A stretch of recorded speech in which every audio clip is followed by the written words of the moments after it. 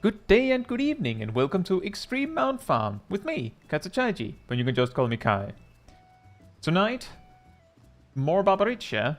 Last time, we only got like... Initially, oh man, Seb, are you serious? Last time we got like... I would say like half the mounts we wanted, but I would say closer to less than half. And we did like 25 runs, I believe, so fun. So we're back again. This time, I have a little bit of an overview of what needs to be done, like what needs to happen for each pull, so to speak. But overall, the fight is manageable enough that as long as people like work together, we should be fine. With that said, hey Nox, hey Zaf, hey Lucas, hey Gazel, hey Walrus, hey Lana, hey Rust, hey Agent Monica, hey Tristan, hey Aradel, hey Ham, and hey Tinali. Hope you're all doing very well. So just to give the quick overview for those that weren't there last time. The fight has like, there's a bunch of things, and I'm probably forgetting some things when I go over them, but the important parts is at the start of the fight, she can choose between doing a line AoE across or a donut AoE like around her. And right after, she will choose to either do another donut AoE or jump to the corner and do like a huge cone AoE on most of the arena. And these things will be overlapped with either spread markers or stack markers. And it can genuinely, as I recall, be either one. The thing is that the spread and stacks resolve just after the whatever attack she's doing. So that means that you actually have, like, if it's spread markers and a donut AoE, you basically have to like shove into, so most of the circle, like most of the spread markers are overlapping, and if you don't move, you basically die. And then when the donut AoE has resolved, you step out. And the dangerous thing there is that those spread markers, I believe they give you like a magic vuln or something, so that if you get hit by 2 of them, you die. So, like, that's the thing that can kill us, even though we're doing it unsynced. Then, her tank buster in phase 1. Just a moment. Suddenly realizing that I'm somehow breathing in while talking and just getting like overwhelmed, like yeah! Her tank buster in phase 1 applies a debuff to the tank that makes her auto attacks really hurt, but doesn't kill them. Which means that if the tank is paying attention and the healer or healers are not sleeping, you can fix it. Like you can work around it, but ultimately, if you bring 2 tanks, you can just tank switch there. And she only does it once. The main reason why we would like to have 2 tanks is because later in the fight she'll target something on the 2 highest enmity, and only tanks will survive it typically. Or at least will be able to take it nicely. Speaking of which, we will have clock position markers, like a circle of markers. These, we will basically just call out a spot. It doesn't actually matter which one you have, as long as you're consistent about it. So that means, like, for instance, I'll probably say that I want the north one because tank. But ultimately, which way that, like, however you go doesn't really matter, because there's only one mechanic where this really matters. And that is, at some point in phase 2, she will target everyone with markers that we have to bait to the center, and then run out to safe spots. But there's exactly 8 safe spots, I believe, in this weird spiral pattern, and everyone will get spread markers. So if you don't actually move to your own personal spot, you will probably die. So that's what those are for. Aside from that, like most other things, you can kind of resolve as you go. The specific one that sometimes stands out is that there's an enumeration mechanic. Those that don't know what an enumeration is, if you've done, for instance, the Eden Raid series, E6, which is Ifrit and Garuda, has this mechanic where a few players, like 2 players usually I believe, get like a blue mark on them with 2 swirling crystals. This means if you take it alone, you get punished. If you have 2 or more players with you, or rather, if you have 2 or more players in the circle, meaning the targeted player plus 1 or more, then you don't get punished. There's also a different kind of enumeration, but that one isn't in this duty. And I believe all the supports consistently get the enumeration in this fight, in the Barbariccia Extreme fight. But the tanks can just take it. Like, we can just eat it. So optimally, we just have the DPS scramble to help the healers, because the tanks can just live it. I mean, if everything's good, getting the tanks some assistance is pretty good, because you get knocked into the air. It's like it's kind of annoying. It stops your attack, but it kills the healers without help. So we don't want that. But that's pretty much all it is. So we should be able to overcome this. And the game plan is, hopefully, we will get mounts for everybody that are still missing mounts. And in the group we have right now, there are 4 players that need mounts. So the game plan is, if all 4 of them end up with a mount, and by the way, I'm one of them, then we start to like cycle players in. If someone has to go at some point, we'll figure that out. But initially the game plan is that we will get the mount for the people that were here, and then we go on to cycle players to get more people mounts if we have time to spare.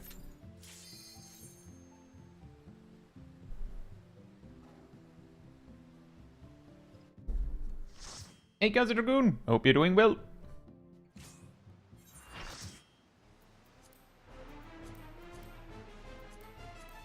Shoop. Right, so call a marker. Preferably one that someone else hasn't called yet.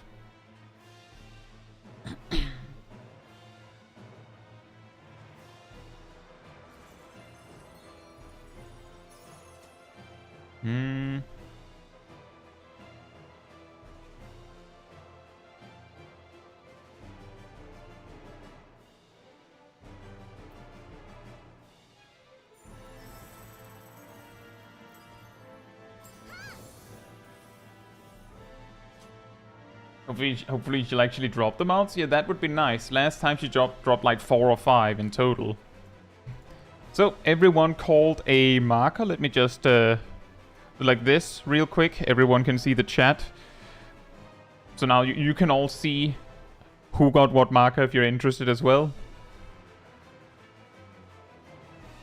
And the thing you need this for is in phase 2, when she's, you know, she's going the when she throws away her sword, that's where there's a mechanic with like a spiral shape where you have your marker as like, that's around the place where you're looking for your safe spot. Hey, Buzzy, hope you're doing well. It's fine, it is unsynced, so we can actually get away with a lot.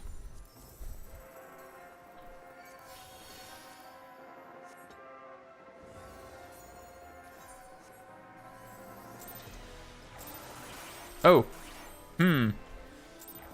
Such rich, exquisite ether. My head shimmers with anticipation.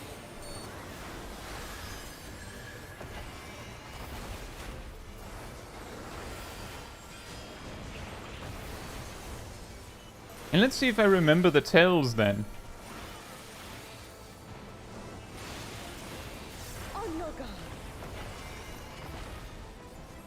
I'm pretty sure that's donut. Yep.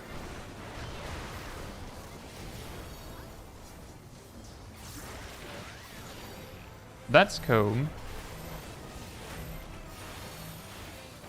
Try that.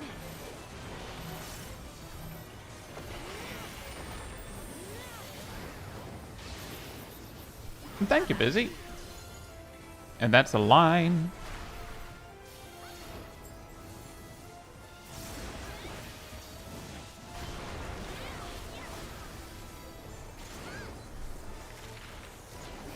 And that's a donut.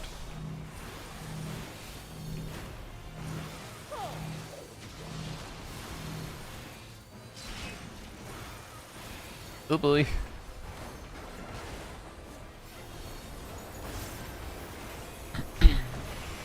I suppose that might also be handy to run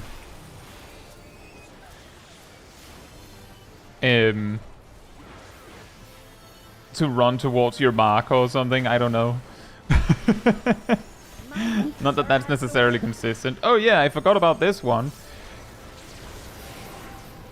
If you don't have a marker, you go right typically. If you have a spread, you go away.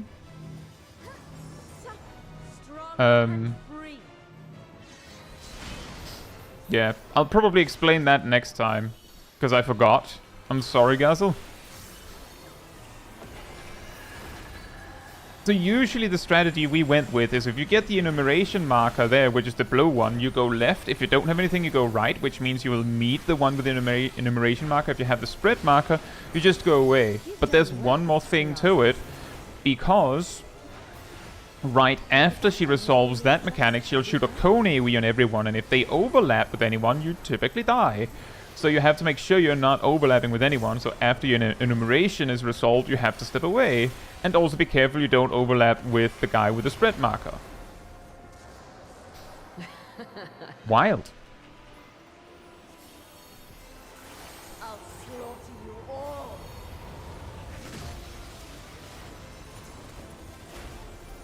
Dodge this if you can. I was sure I didn't dodge that. Yeah, well.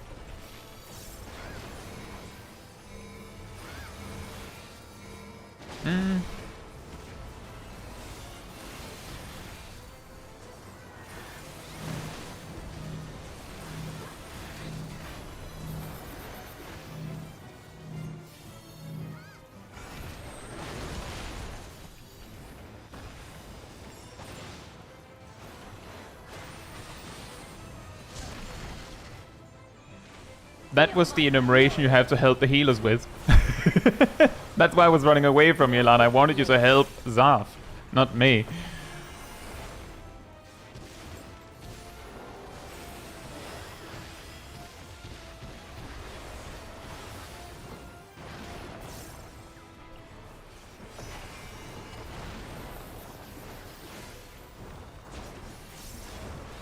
Hey Tingle, hope you're doing well.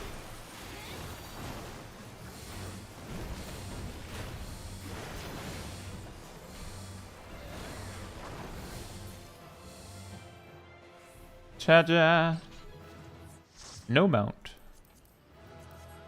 Right, so now that we've done a clear, we can quickly do a little review afterwards to make sure everyone got it.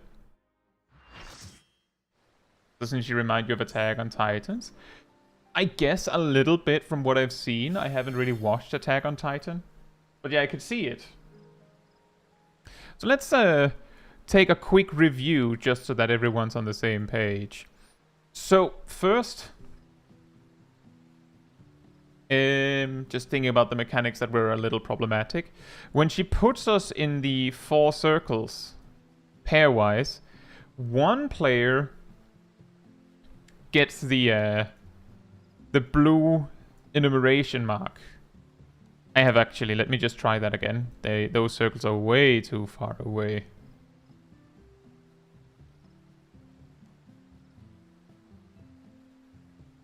Something like this. One person will get the enumeration, and they can stand so that like they overlap a bit like this. And the person will be, you know, over here. The way we deal with that is that the person with the enumeration will go left.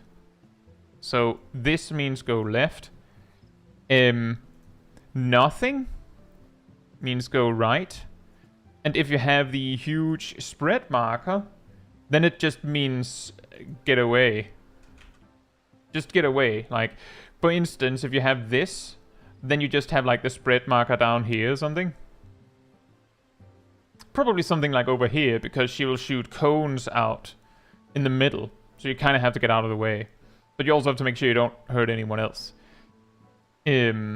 Because of the way it gets structured, there will be like, either the enumerations will be here or like here or here, or they'll be here or here, so that the blanks will be on the on the sides next to. So like, technically, if we just had the enumerations go right and the blanks go left, it would also work. The only thing is we need to agree on it, and last time we said enumerations go left, blanks go right. And blanks mean you don't have a huge spread marker and you don't have a blue circle on you. Spread marker means get out of the way.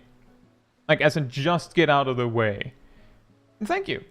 And enumeration means go left, blank means go right. The second thing to worry about was in phase 2. You may have noticed there was a point where she had like line AoEs that went kind of like this. This is a little excessive, but like she drew in like almost like a strange rectangle shape in the middle of the arena, maybe even like a hexagon, and she did it twice while she put these like gigantic crystals over our heads.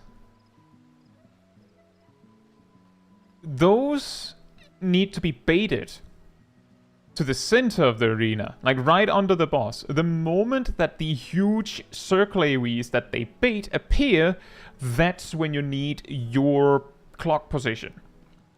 So essentially, if you're feeling a little bit queasy about this, you run into the center, you see the crystal, you run into the center, you'll be standing in this black and red circle that is like basically threatening to kill you.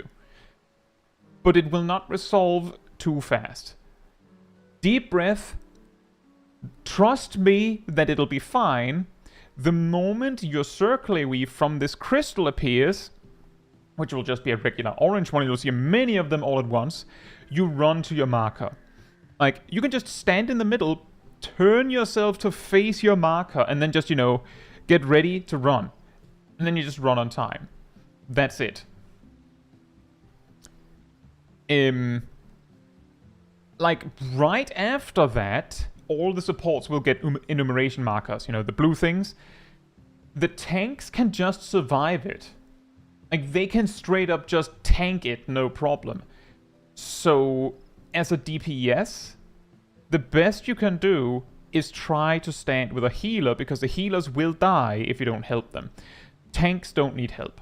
So if you see a healer on your way, even if the healer already has a helper, it might still be better to stand with them than continue past the helper tank. Maybe the DPS already standing there will assume you running towards them means that they are safe to continue on to help the tank. Just at the risk of letting the tanks get smacked, like, double down on the healers, because the healers will die, the tanks will not.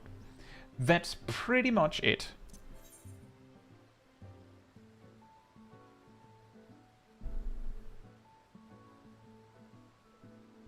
Hey Ninetails and Sipov, hope you're doing well.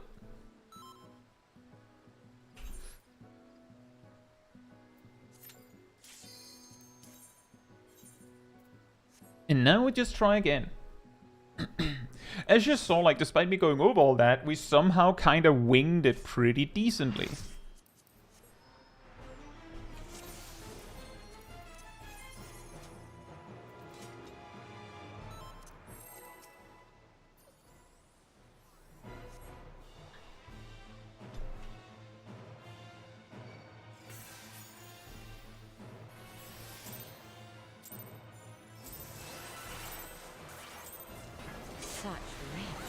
Exquisite ether. Nom. My head shimmers with anticipation.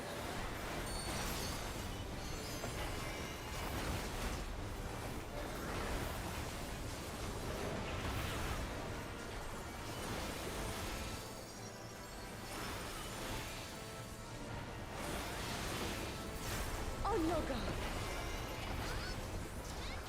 guard. Donut.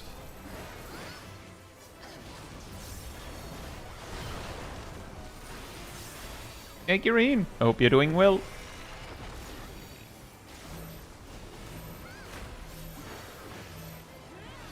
We've just had one clear so far. We just went over some tactics to get it a little bit more consistent.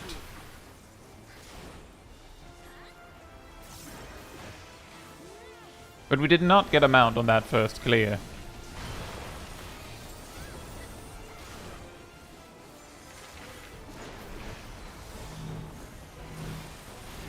It'll be a cone.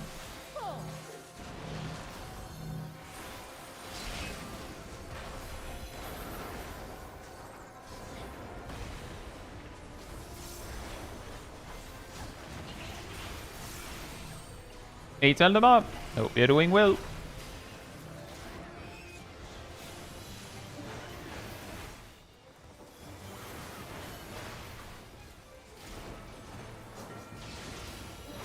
My locks are as the wind. Remember, enumerations go left, flanks go right, spread markers get out of the way.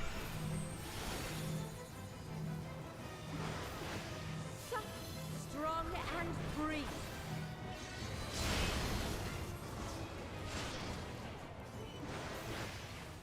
That's pretty good. It's pretty good.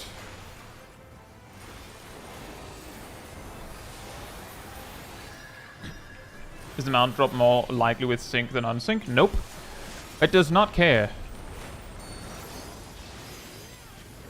You've done well to last this long. Although I could imagine there is some argument to be made that like there would be a part of the player base that would absolutely love to spread a rumor that it was different than that. It'd be very easy to convince people to do content synced if if it came out that the drop rate was massively higher synced. Hey Yannick, hope you're doing well. I'll slaughter you all.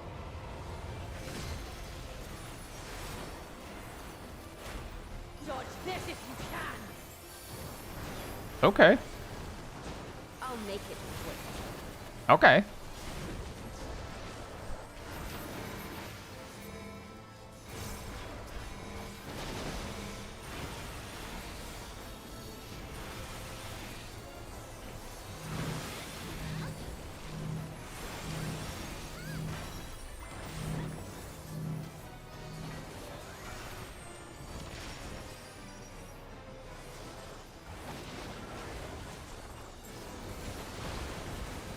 Remember what I said.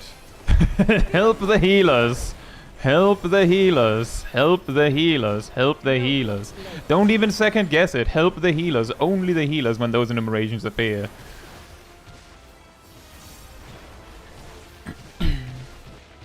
Hey Mad Hatter. Hope you're doing well.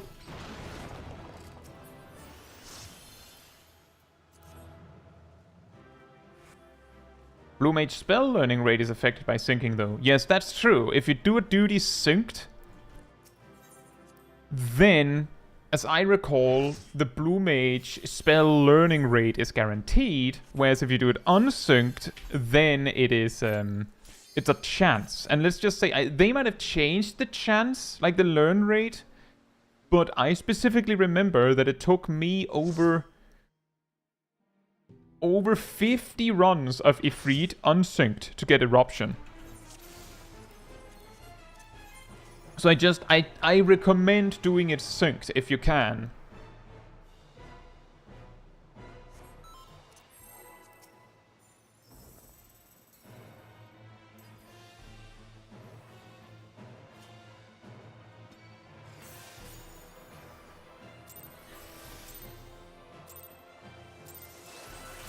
Such rich, exquisite eating.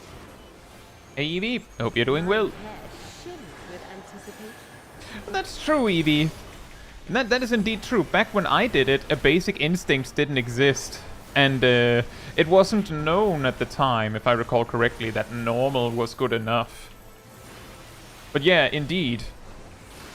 Indeed. On your guard.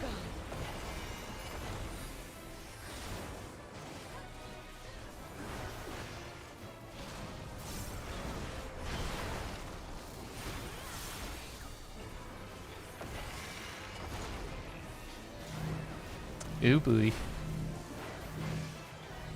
Try this. Double kill! Have at you.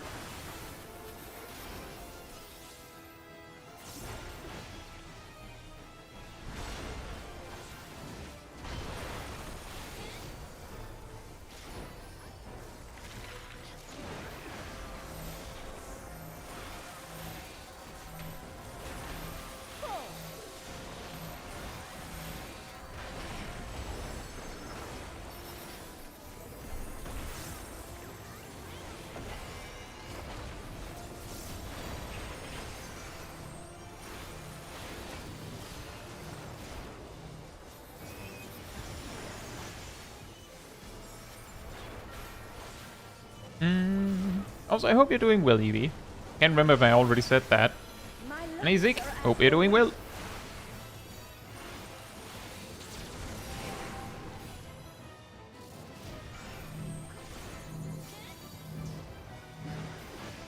All by myself. Hello. Remember, guys, the cone after means that you have to be careful with the person that you're standing next to, and also the person in your circle.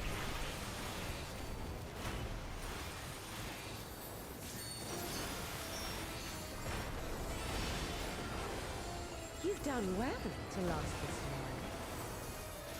this Um, long.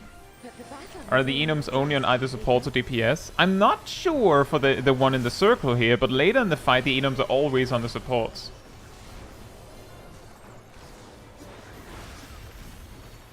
Matt Hatter says, what are your thoughts on the mount you rewarded with after getting all the links? After seeing what it was, I lost all drive.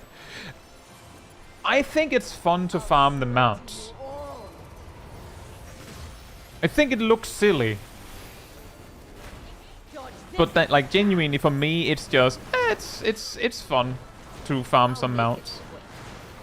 It's a thing to do. It's kind of fun. That's good enough for me.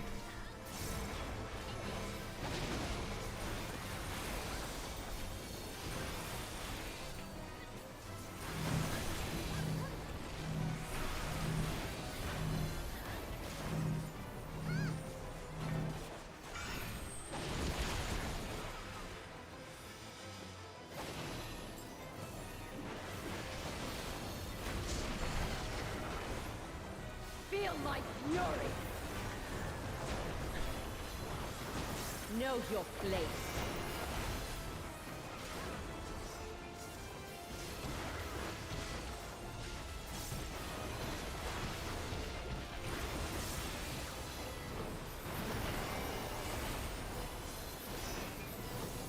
Abandoned.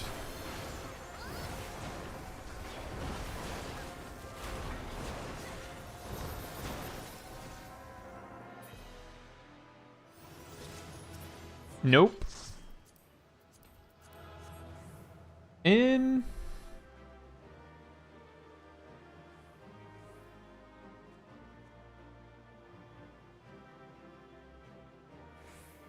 That's nice, Zig. I will say, piece of advice, if you haven't done so already, I can't remember the website, and just remember, if anyone's like, I know that only the mods and me can post links in the chat. But there is a website where you can practice Sunrise Sabbath. If you haven't done that one yet, that might be a really good idea. Like, the way it practices is that it's just showing up, and you can post a link, Aradil. It shows you like an image of the situation, and then you just have to click the correct spot of where you need to be as whatever role you've set yourself as, according to the information there. And just practice it until you know what the correct answer is relatively fast, so that when the actual Sunrise Sabbath comes, you're not like completely in shock and have no idea what to do. It's entirely optional, but it's just, you know, suggestion for yourself, Zig, so that you don't squander it when you get that far. It's the worst when that happens. Yeah, the link Aradil posted is the website. we practiced with that, and I believe we still completely face-planted on it multiple times when we reached it initially. In fairness, Nox, I did repeatedly say that the DPS have to do that. The only reason why I wasn't abandoned was because I saw DPS that just stood there like, where the healer near them already had a friend, so I just grabbed Ilana like, you're my friend now. And that's the only reason I didn't get knocked up into the air. Was because I just grabbed the free DPS. Also, hey, Sarah, Sally, and Tognus, hope you're doing well. And that's true, Tognus. That's true. Even if you have done your homework on Sunrise Sabbath, it's very likely that you'll still like wipe because someone else like messes it up. Sip? You're good, Sip?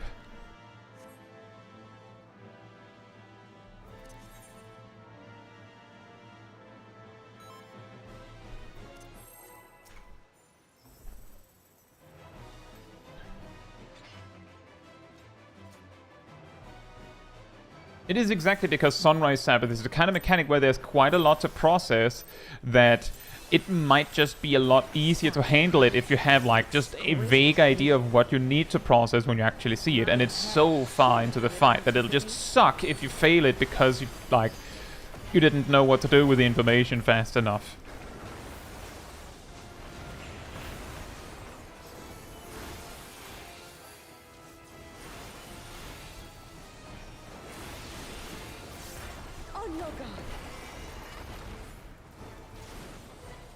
Hey, Kaidi! Hope you're doing well.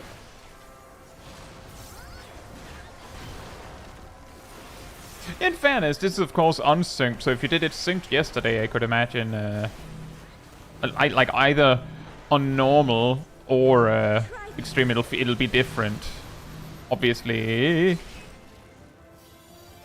But yeah, there's not that many things to worry about for farming this, I would say.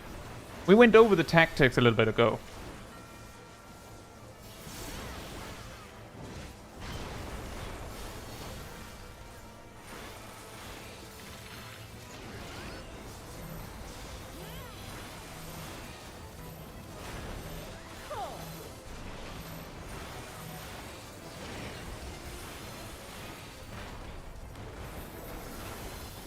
Did we just get through the first bit of the fight with 0 Vuln stacks? What has happened?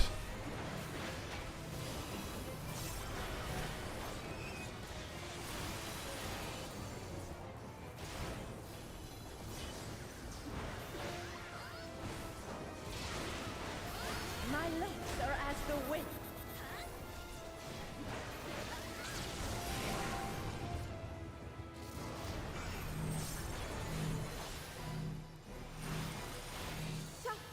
Strong and free.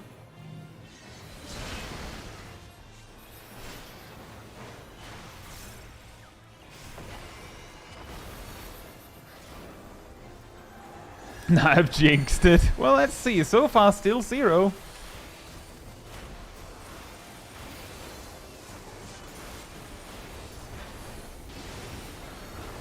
You've done well to last this long. But the battle has only just begun. Yeah, exactly, Girin. Like, the way I failed Sunrise Sabbath last week was that my brain went, I have the short debuff, therefore I should grab a tower. Which is the opposite of correct. And it didn't need, like, it was just like my brain just went, yep, that makes sense.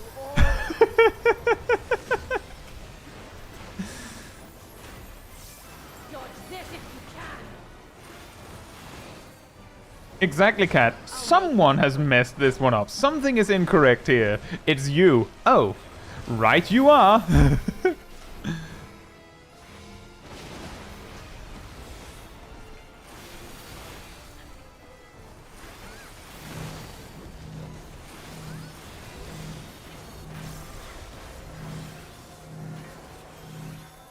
No, Zip! Zip! We almost made it with no Volt stacks. Thank you, Matthew, and thank you so much for celebrating 16 months as part of the Cult of the Pink. Thank you so much. And hey, Moral, thank you so much. Hope you're doing well as well. Also to you, Matthew. So far, we have 4 clears and 0 mounts.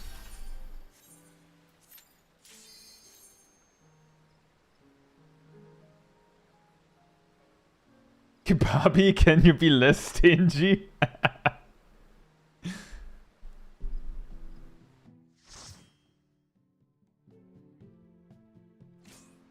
Yeah, that's the way to do it, Teldemar. Part of the reason why I don't do something like that is partly because we've reached a point where if I start making some sort of call out that is unusual, that might be more confusing than helpful. And people will be like, wait, what? Huh? Hey, Jason. Hope you're doing well.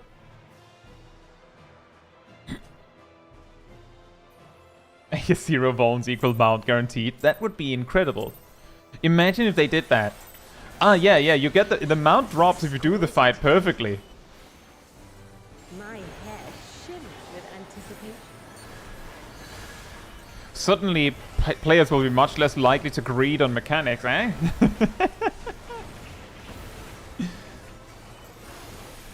Sam says, imagine the rage. Yep. Imagine how insanely toxic it would be. Oh man, it would be toxic.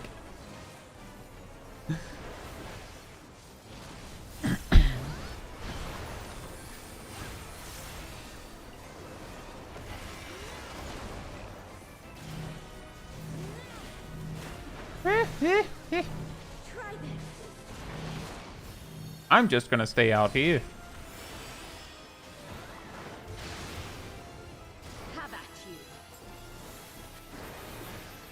I could never join another farm group. I feel like I would also be too afraid of goofing it. I would probably not join some random party finder group.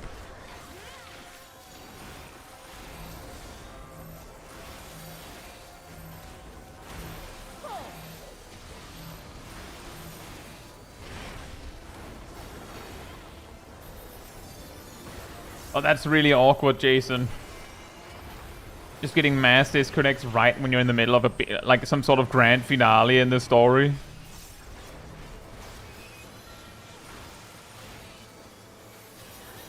It's a bit like how if the queue time is really long, that can also really take out the excitement. You might attract LoL players with that level of toxicity. Wow. Maybe. This doesn't look right. There's 2 people over there that are working together on the goofing. Nox was supposed to go left, Zaf was supposed to go right.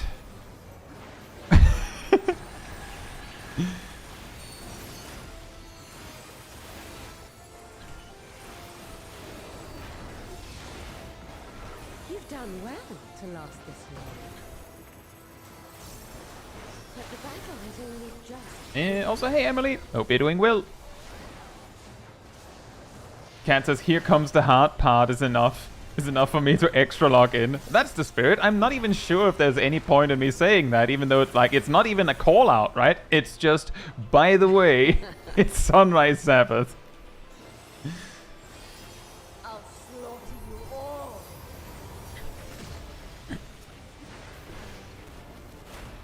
Dodge this if you can. Into that one person who steps a pixel into the bat and ruins drop chances. Yeah, pretty much.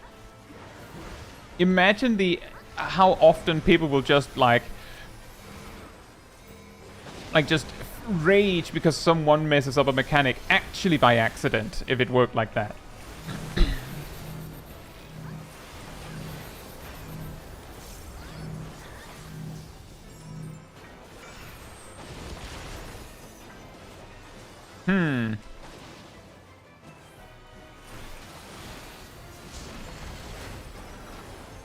Feel my fury. 2 Volns equal disband. Know your place.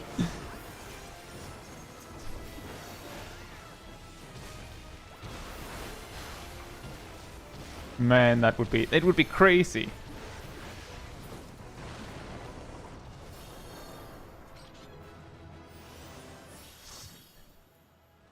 Mount!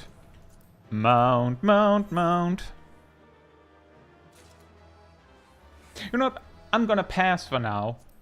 So that the others that are also here can have them out. I have quite a lot of totems, so if she's gonna be real stingy, who knows? Maybe I'll actually buy it with totems. I have 52 in stock, so if we hit 48...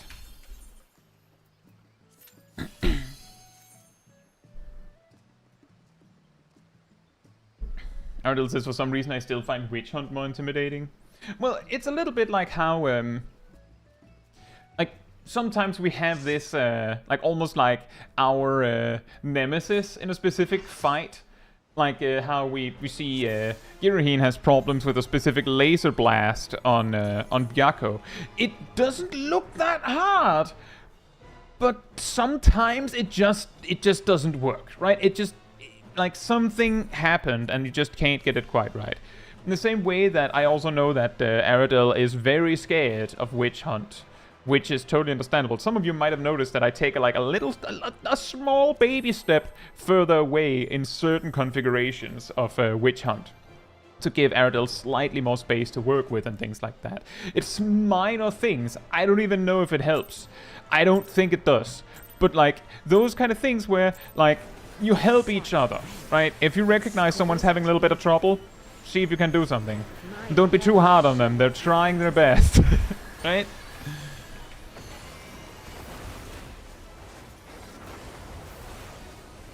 How many mounts left before you're done? For now, we have 3 more mounts, but I'm pretty sure there are people in the garden that is not in the party that also need the mount. So I would probably see if there's, like, if I'm the only person who's missing the mount, I would probably start to ask if anyone else needs it so that we get the most out of the clears we can get. That's the game plan. Yeah, exactly, Tognus. That is Witch Hunt. That is at least what we call Witch Hunt.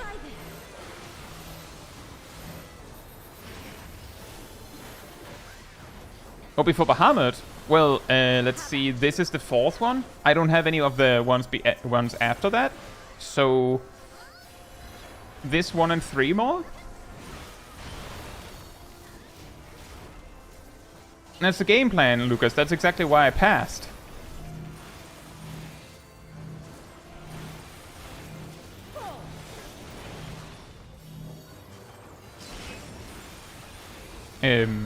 Because I have 62. And last time where we had a bit more trouble with the clears, we managed to get like 25 of them. So we'll see. If she's really stingy, I will at least be able to buy them out. My locks are as the wind.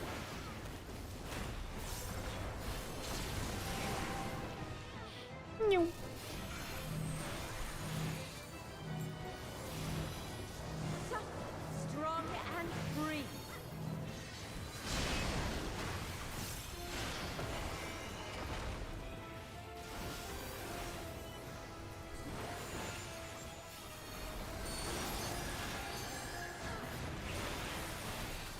Morals is my anxiety for being yelled at steers me away from party finder farms.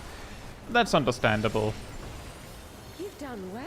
I would say I'm pretty sure that your average like party finder farm isn't that scary, but I absolutely understand it. It's, you know, even if it was like a ratio of 10 friendly party finder groups to 1 mean one, the fear of ending up in the mean one is all it takes to be too afraid of joining, right?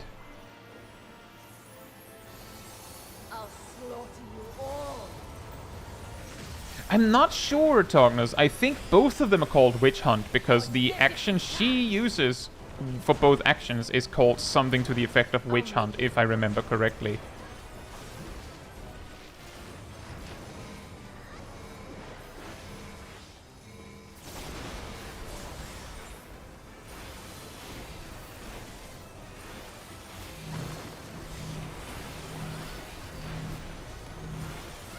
Oh, whoops. I went too soon.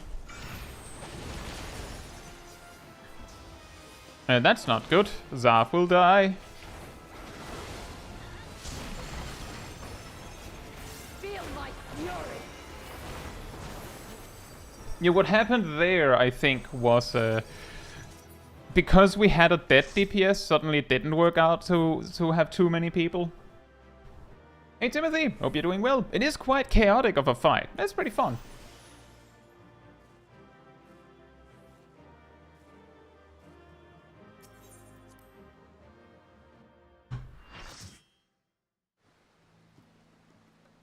Tingle says, I don't experience that many straight up jerks in Party Finder, but I do encounter a lot of bad and cowardly behavior. Chaotic alliance rate is rife with people clearly fake DCing. Why? Why? Why?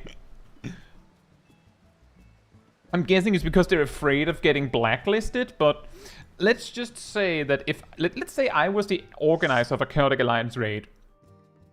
If I see the same person like join the group and like consistently, it's like, wow, it seems like your connection is weirdly janky. Like if there's a pattern, you'll get blacklisted anyway, like for different reasons. It's just, we can't use someone whose internet connection is so unstable, even if that isn't the reason, right? And yeah, exactly, Tognus, what makes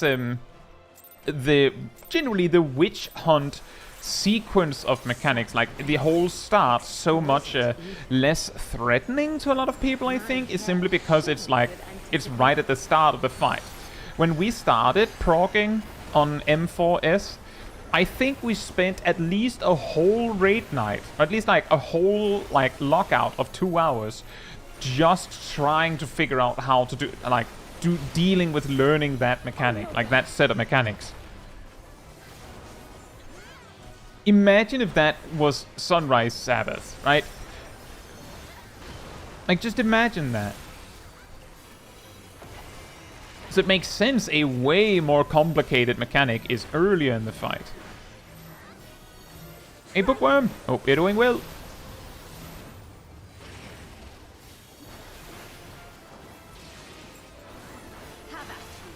How about you? It's funny how she turns to like fake you out. It's not quite clear which mechanic it is, despite all the signs being there.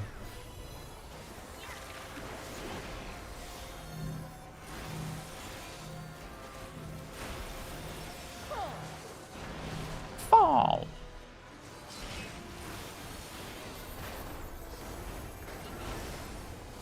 Oh, I just realized I didn't get a Vuln stack because I blocked it.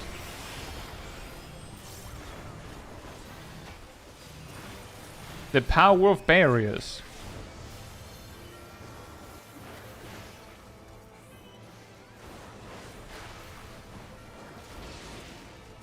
My locks are as the wind. That's good to hear, Bookworm. Yeah, exactly. A lot. Like, I feel like the potential fears associated with Party Finder stuff is a little bit comparable to things like tank anxiety and heal anxiety and things like that. In that, a lot of the fear is that when you haven't done... Oh, wow. If you haven't done it much, then you see it as a catastrophe if your first few runs are bad, right? But if you've done like 100 dungeons as a tank, then you failing in one of them or something going kind of sideways is just...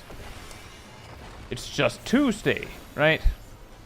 But when it's the first time you mess up as a tank, then it's the first time you mess up. It's the same thing with Party Finders, that the first time you try and do some hard content with Party Finder, it's the first time. Whereas if you've tried 100 times, then when you get a bad group, it's just one out of so many. It doesn't matter.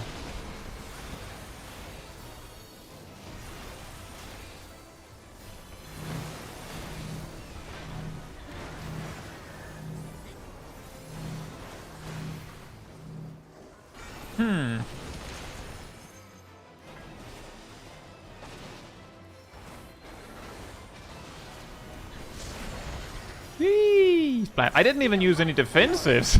Know your place.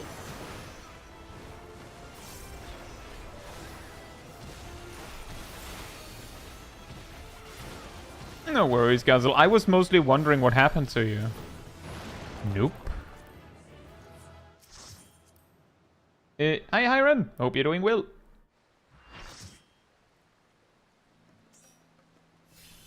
In fair, just to clarify on that, there are mechanics where they hit you anyways, even if the shield blocks it. So it's not entirely consistent, but there are so many where it is the case that it fully blocks it if you take 0 damage. That I could understand that it feels like the norm, but I would still personally, like, I'm usually surprised when it works, but it's really fun that that's an option.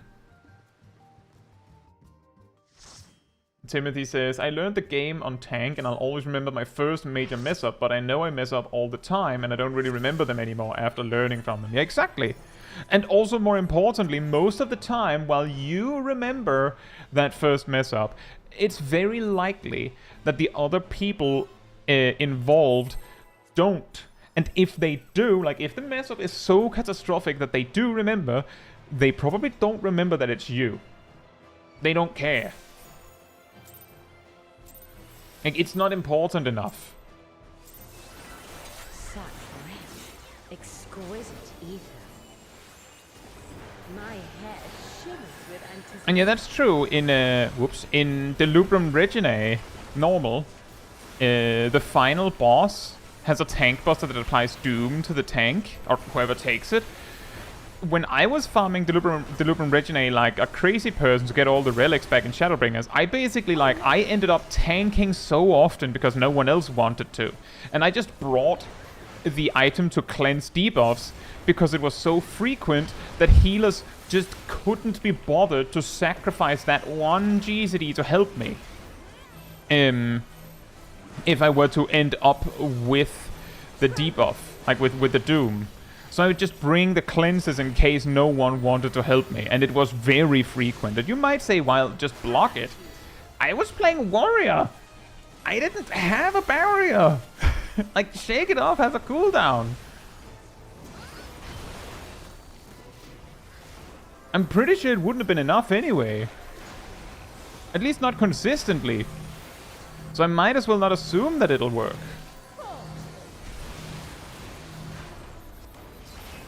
Should have just played Dark Knight? Yeah, I suppose so. I'm not even sure why I didn't.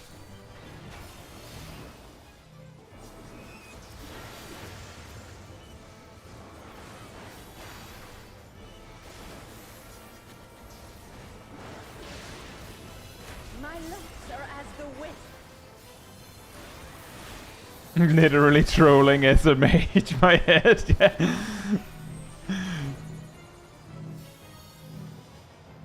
So strong and free.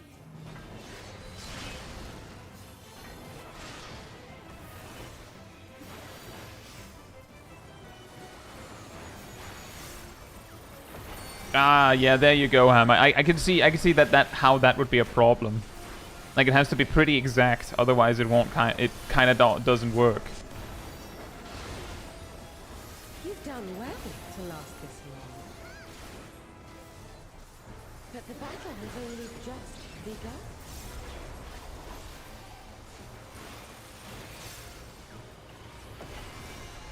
And that's a good point, Hiron. Doing old content in like a synced group of some sort, like minimum item level, no echo, is usually like a group of people where, like, yeah, they want to clear it, but it's more like for the experience. They're not like, I need my mount drop, man, or something like that. So they might be more, you know, understanding of, we'll figure it out. We're here to learn, I would imagine. And there's also the part that it would be a more coordinate, like, structured group specifically there to just have a good time, whereas going into just party find on like on a random day, you might find a very mixed bag.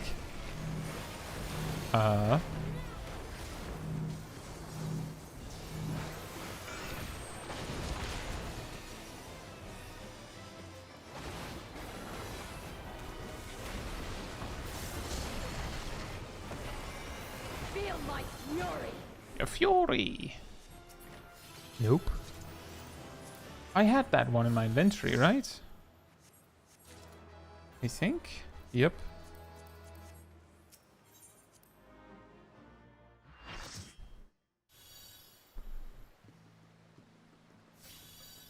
Hey Kate, hope you're doing well. This party find is full of looter scooters, unfortunately. Yeah, I could imagine.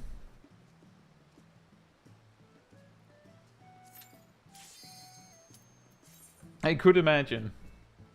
I'm usually surprised positively if I'm like in some sort of mount farming group in Party Finder and people stay after they get their mount.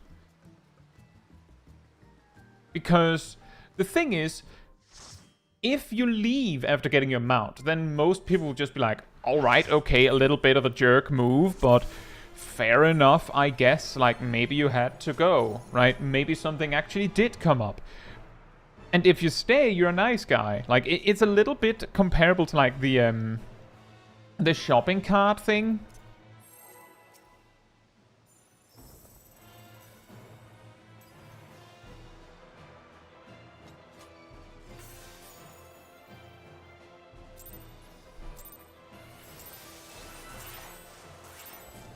Such rich, exquisite ether. Also true, Nox says in-game streamer privilege of having full parties for farming. True. True. But I have at least done my part of being in the trenches of joining party finder groups for mount farms. When I wanted a Seat of Sacrifice extreme clear just to unlock Mentor Roulette back in Endwalker, I joined a mount farm and I stayed for like 10 pulls, like because it was a mount farm. It wasn't just clear and go. However, the group was insane, by which I mean, oh, double kill. We got like 5 or 6 mounts in so few clears. It was absolutely crazy. So, like, when we were done, it was like most people had their mounts, so it didn't really matter that someone's like, I have to go. Yeah, why are we here? We already finished, right? But I stayed. Because I joined a farm.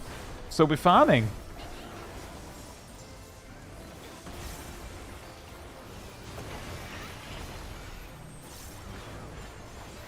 The way I would do it, if I were to make a party finder group for mount farming, the way I would do it, and this is also like typically how we do it when we do like events, like at least when Zip makes mount farming events on the Discord, is that hello? That doesn't look right. Rust, you know you were the blank. You know that, right? I'm pretty sure Rust was the blank. And the place that Zav moved to was exactly where Zav needed to move to make space. One of you had the large, and I'm pretty sure it was Zav. Zav was moving where you were moving to give you space to go to where I was waiting for you. I think this might be a wipe, because we can't res anyone. You can rewind the stream and check if you want, Rust. You can. I actually had my camera fixed on you. I'll slaughter you all. And we can try like this. See if we can make it. Dodge this if you can. But yeah, the way that we usually do it... I didn't finish that thought, I don't think. The way we usually do it is... we have a strict ending time. Like, for instance, we go until, like, 10, for instance. We start at 8, and we finish exactly when the timer hits 10. Like, when it's 10 o'clock.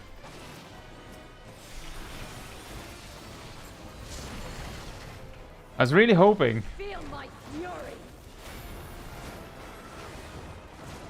Know your place. So what happens now?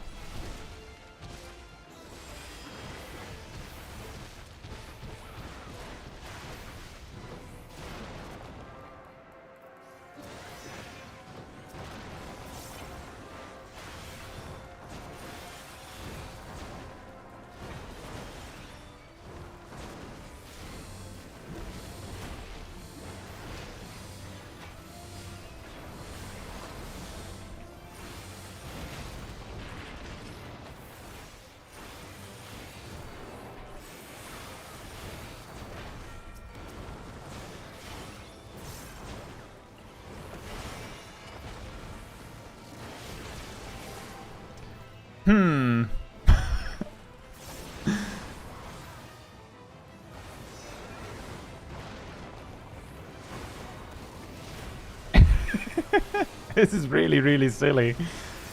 Don't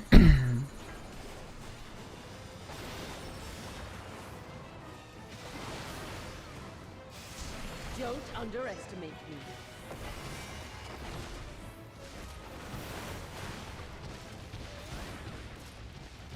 I wasn't sure how much damage it would do. But in retrospect, I should have used Nascent Flash instead.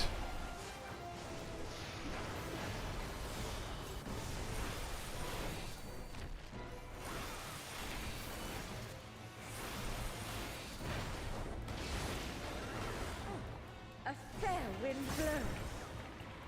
A fair wind? Yeah, I suppose so. It's finally a 1v1, huh? Oh yeah, I'm guessing we're supposed to have the PlayStation markers now. Have at you. Like, mechanic!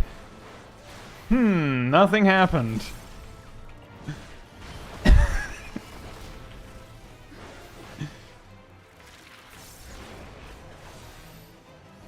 Uh-oh. I should probably just use Omgang for that. Oh, I didn't need to do that. Now I don't have Omgang. That's really bad. I should save Damnation for the Tank Buster, rather the time after the Tank Buster, maybe.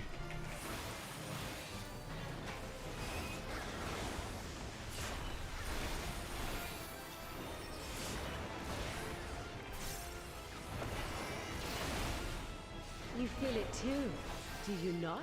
No. I don't. Nothing happened. You feel it too, though. You're not. I'm not even sure what she's doing. Girl? On your guard.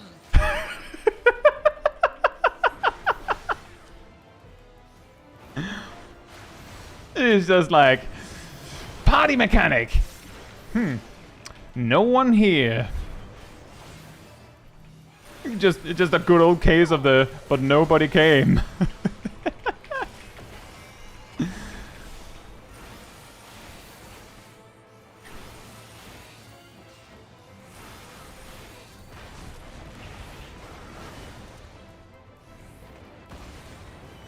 The only thing missing is after all this that she hard enrages before I can kill her. Let's try this again. Again? She just stands up, not doing anything. Yeah, exactly. She's just there like, well, There will be nothing left of you. Nothing. You can't escape the storm. Da da da da da da. Every bone.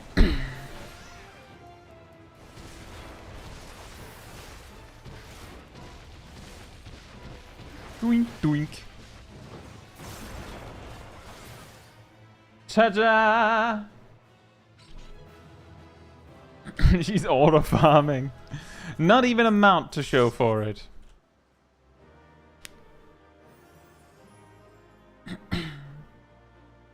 You're won by a hair. Excellent. Also, hey, Rada. Hope you're doing well. And Kylan. Cleanest yet. Nailed it.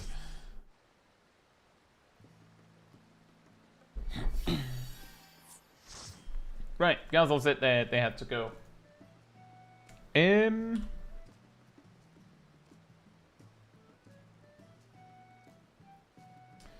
See, we have Milo and Agent Monica.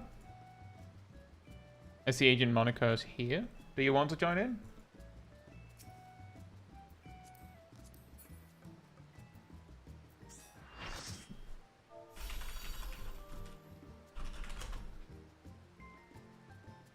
I mean, you're welcome to come hang out, Kylan. We're kind of cycling through people to get mounts. Enjoy, Jason, and thank you. Monica already has the mount. Right, in that case, we have still mount for me and Zaf. Or at least Zaf, before anything changes. Does anyone remember what marker spot Gazel had?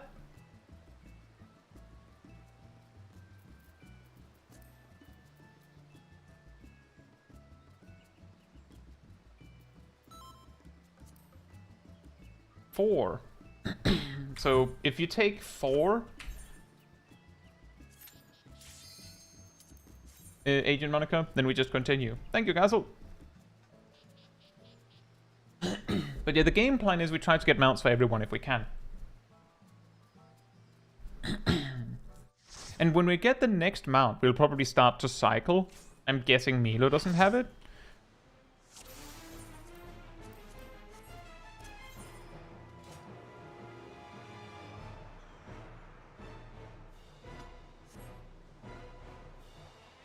But yeah, the reason why I usually will like do mount farms in Party Finder like that, or even like a pre-structured group with a fixed ending time, is exactly because if, for instance, you go, I'll stay until the next mount drops, then you might be caught in a situation where like the next mount just doesn't drop. And you're like, oh, I've been here for 2 hours and it just isn't dropping. And yes, that can happen because luck be like that sometimes. And other times, like, it'll be 2 mounts in a row.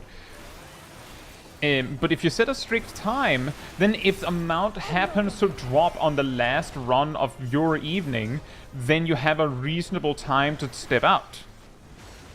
Like, a particular one that I did was back when P1N was a really good farming place for mock tomes back in like late Endwalker, is that when I made groups, I would say we're going for 1 hour. Like, we're going until this time. And then we just spam runs. And the moment the time was up, I was just like, right, thank you, everyone. And then I just disbanded the group, I think. I believe I usually disbanded it. And then, like, I might just make another group, but I just disband it because it means that everyone has a reasonable out to just go, well, I was done anyway, I'll just not join again. And those that wanted more can just join my next group.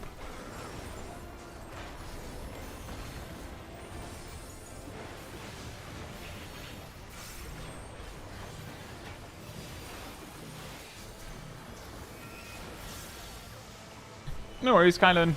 I think, like, from what I can see, it's me and Zaf, and then it's down to whether Milo also needs a mount. Unless someone else shows up in my garden that also needs the mount. We will see what happens.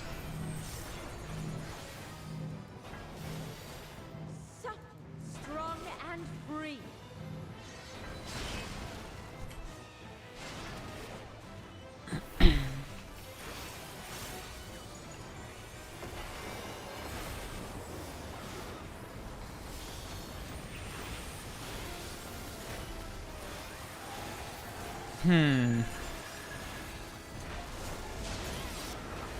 You've done well to last this But the battle has only just begun. So yeah, if you just want to join to help, that's also perfectly okay. It's just, we're just cycling people in and out, as like some people might have to go at some point, and that's that. I don't know, depending on like, if she's generous enough that we get the mounts we need, we might start on Mount Ordeals. But we'll see. I'll slaughter you all. She really wants to slaughter us all, as you can see. Dodge this if you can. I'll make it quick.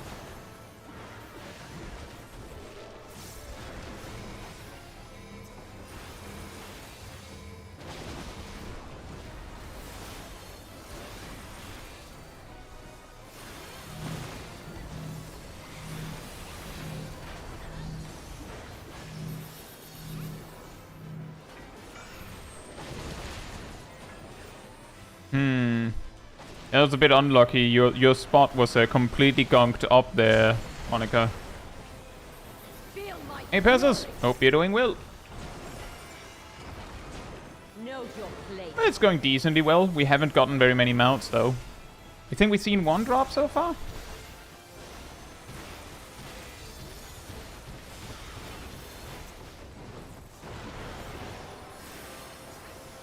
It's fine, Monica. Really fine. Like, the boss is nearly dead.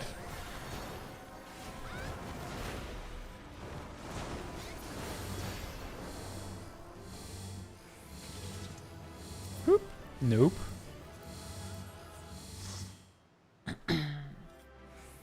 One tank, one heal on Mount Ordeals. Oh, nice. Yeah, we could try that.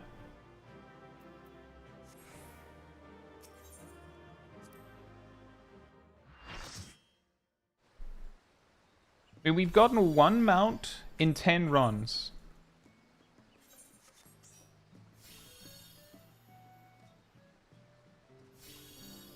You can, but is it worth it? One tank, one heal on Mount Ordeals, you mean, Yannick?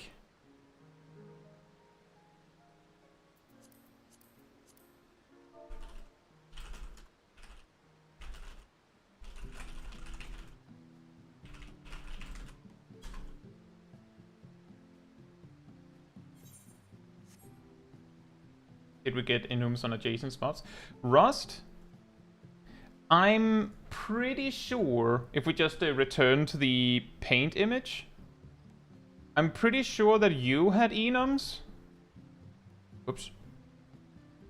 Just to draw out what I could see from my position.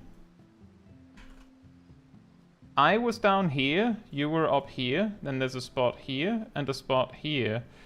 I was standing here. And you were standing here. Also, Agent Monica was standing here. The reason why that is because you were supposed to stand here.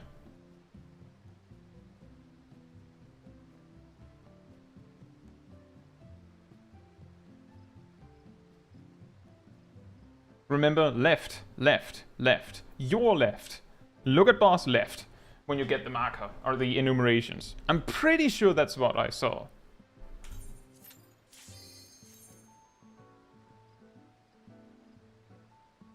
It could be 6 times enum on Mario Kart. I mean, we can see how it goes with one tank, one healer. I'll take it again, just before we go. We focus on just one circle. When we get split up in the 4 circles, this is your circle, okay? You land in this circle. If you get the enumeration marker, you go over here. If you get nothing, you go over here, where a different player will be with an enumeration marker. And they need you. So you have to do it right. You can't just go, I'm blank, so it doesn't matter. The spread marker generally wants to be somewhere down here. If you are paired with an enumeration marker player, it's usually better to be over on this side, so you give them space over here.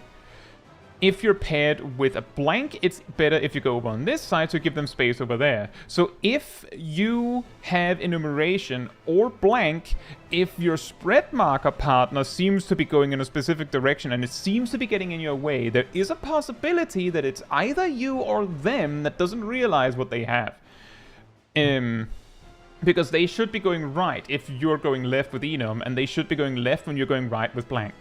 And yeah, that is a frog face or a unhappy smiley face. That is a good point.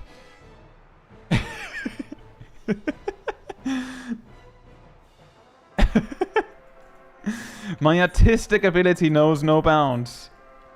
I draw mechanic and I get a smiley face. Sad frog with piercings.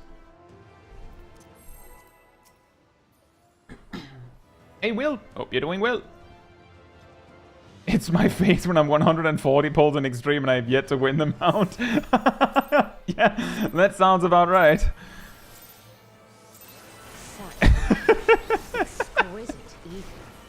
The frog. Frog. With anticipation.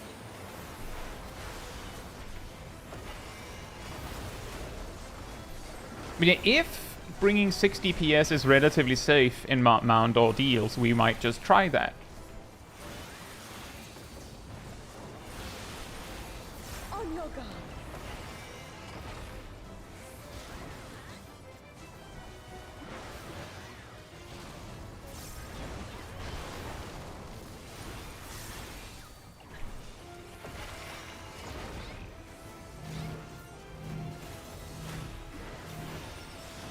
Try this. Zeh. How about you?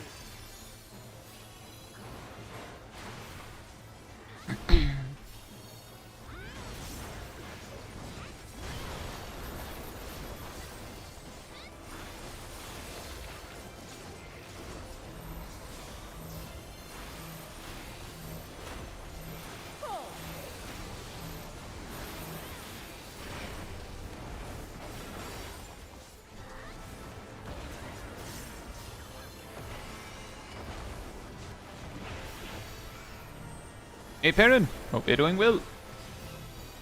Yeah, no, we have one mount. One mount. 10 clears. My locks are as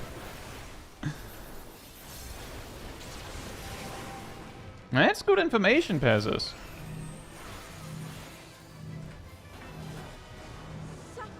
strong and free.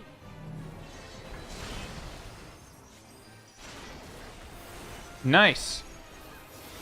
Hey Peaches, hope you're doing well.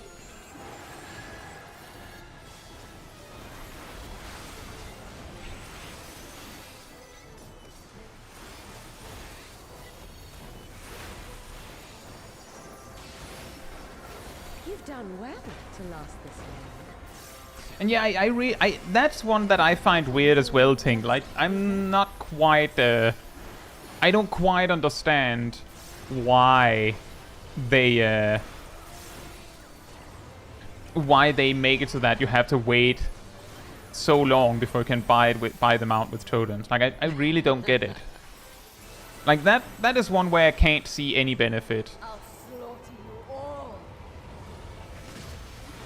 Like, the thing is, I can see it a little bit more with, if you go far enough back in time that, like, when it wasn't as well known, for instance, that it would eventually be purchasable, I could see that, like, players would, like, it could, quote-unquote, trick players into doing more clears, and then eventually, like, the game's like, it's fine, we'll give you, like, we'll give you this free out of, you can just buy it with totems. It's fine, it's good, it's alright.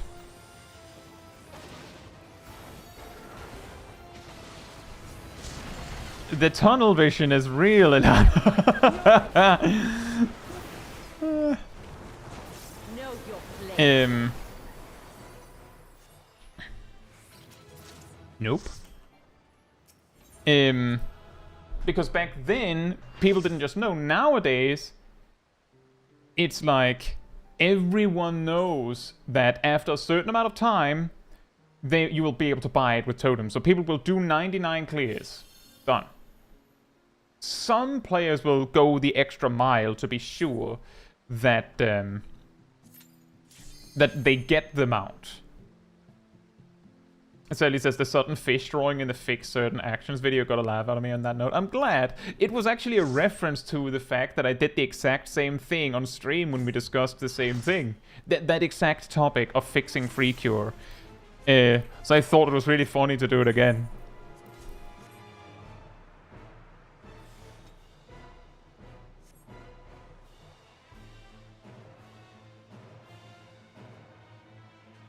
And it's also the most random thing I've done in a video in quite a bit. The fish has nothing to do with anything else in that time. It's even like, it's even better because it's like, that's right, I did just draw fish, and it's like question marks draw the rest of the fish.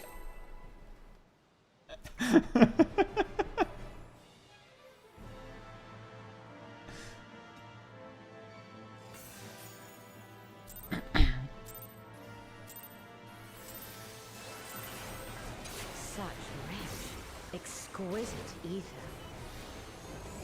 My hair shimmers with anticipation. It's okay. By the way, for anyone else who's like about the Discord link, there should be a link in the video description, or the stream description. There should also be one on the channel. There's a very high likelihood it's a different link from the one that I just posted, but the difference is that the link that are in the videos and the streams and on the channel are like, they're just like basic old school Discord links. But they're just as functional.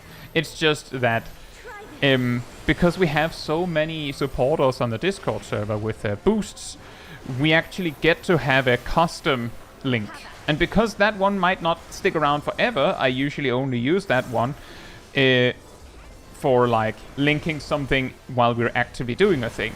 Instead of putting it somewhere where like the link needs to be accessible a year from now maybe. Because maybe it won't be available a year from now.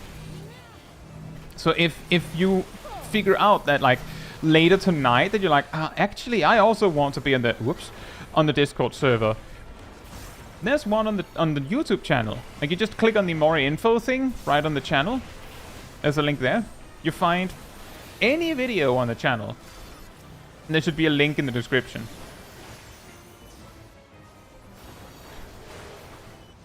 So there you go. My lips are as the wind.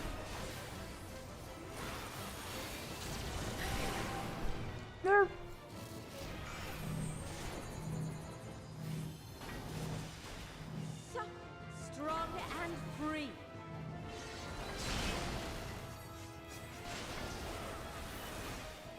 Remember that there is a cone AoE that follows immediately after, so you have to take a step away from the person you're stacking with.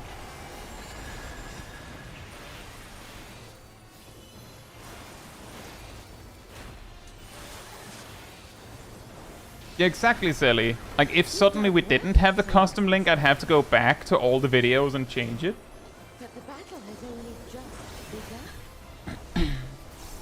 Do those auto attacks with the debuff still one-shot? No, they do like, I would say like broad estimate at like 100,000 damage each. Like you can do this with one tank, it's just there's other things that make like two tanks kind of nice. I'll slaughter you all. And getting an extra DPS doesn't really change much. Like we will clear around the same speed anyways. The bigger problem is making sure the mechanics get done right. Like, that's the same argument with Mount Ordeals, I suppose, is that bringing more DPS might end the fight a little quicker. But if it means that, like, a lot of people die to some sort of complicated mechanic and we would have cleared just as fast if we just had a more balanced team, then maybe that's what we would end up doing. But we'll have to try it before we know.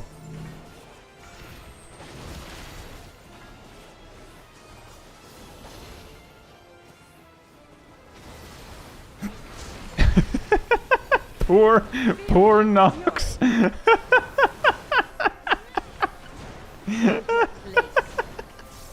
That's really funny. At least Nox has hallowed ground.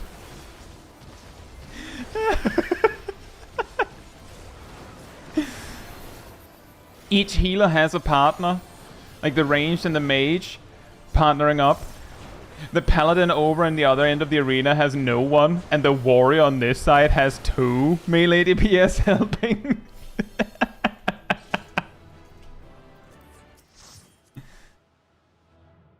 Ninetail says, do we have any plans for after Uvu?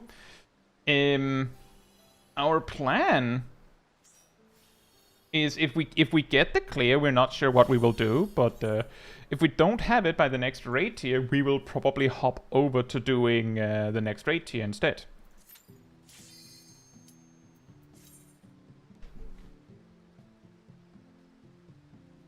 Hey Jack, hope you're doing well.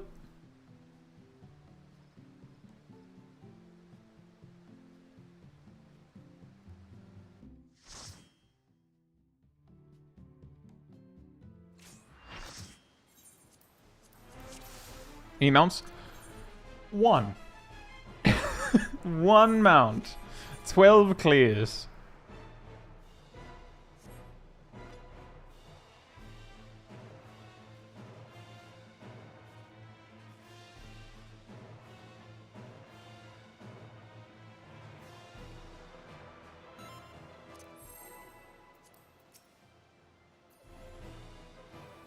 Getting to Valley Amanda levels.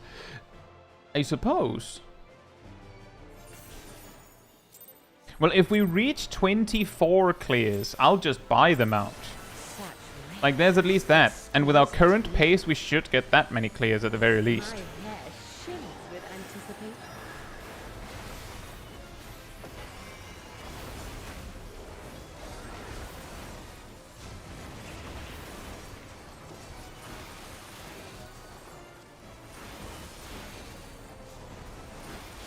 This is a 2 totem fight, yes.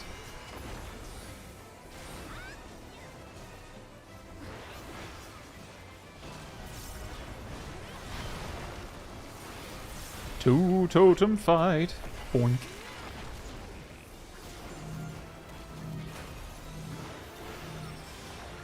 Try this.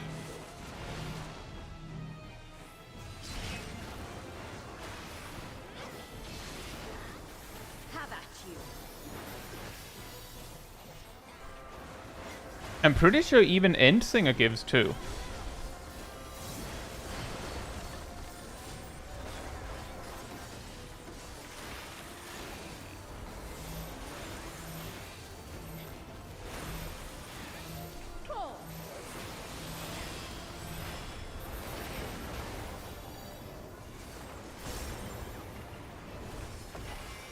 Tingle says, I really wish the second Dawntrail Extreme was 2 totems because that fight was miserable to clear 99 times.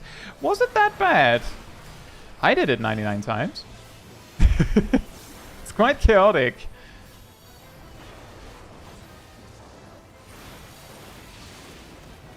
My locks are as the wind.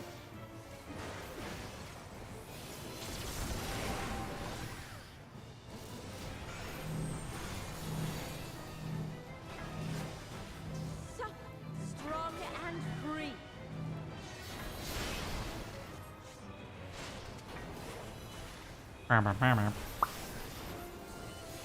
Fun to prog and boring to re-clear? I feel like a lot of the time that's the case.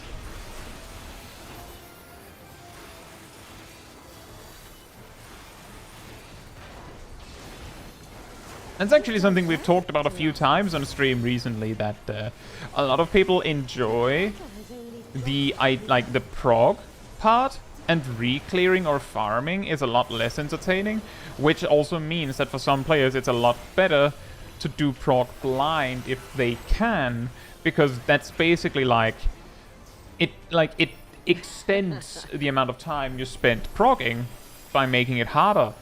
I'll slaughter you all.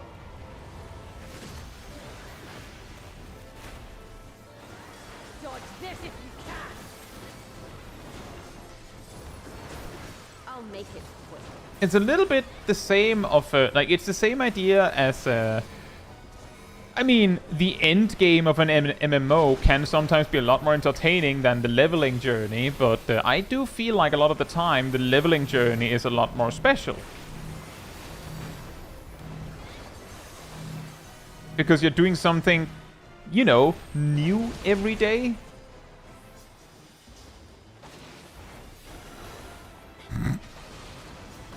Whereas when you're farming the end game content, it's relatively limited. Oh, mount!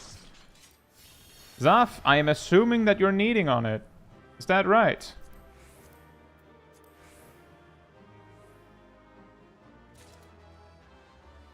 Just making sure before I pass on it.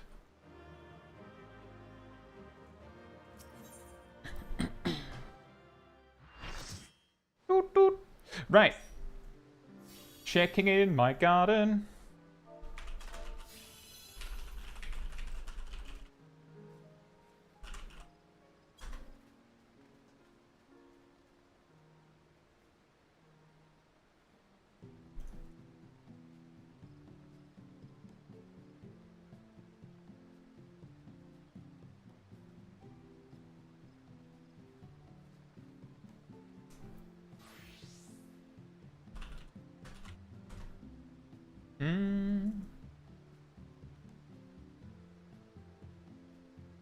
See, Milo and Naomi needs the mount.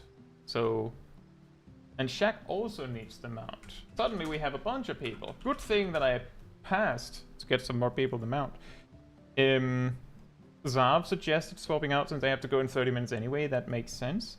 Is there anyone else in the party who's like... Actually, it would be nice to tag out? Because we have at least 3 that also want in.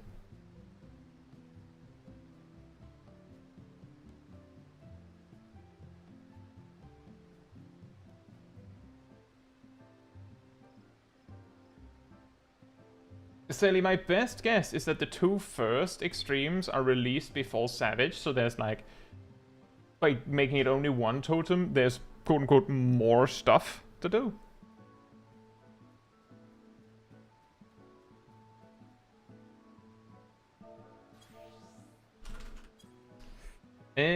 Based on what I can see here, Zav would like to hop out. Ross doesn't mind swapping out, that's lesser. And Sip says he's feeling sick. So we could have 3. We could have 3 swap out. Do it like that then.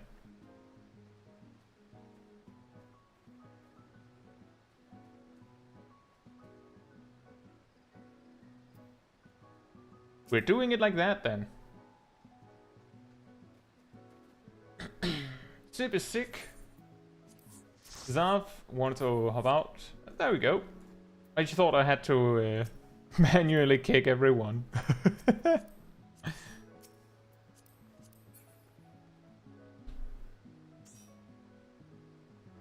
Sally says, given the original explanation for why a fight would give 2 totems, I don't think even ending accounts, let alone the fights after them. What's the original explanation? That fights that are really long gives 2 totems? Who gave that explanation?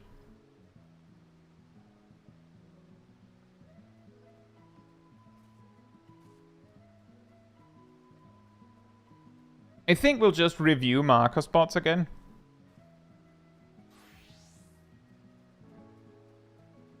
The devs, did they?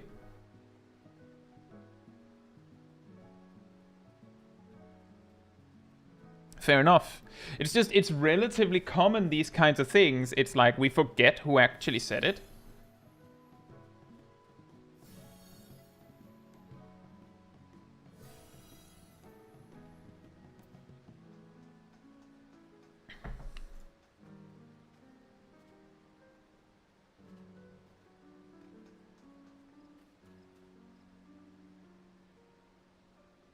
But yeah, if that's the explanation, do the extremes after Hades also give 2? Does Dawntrail Extreme 3 give 2? Yes? Yes.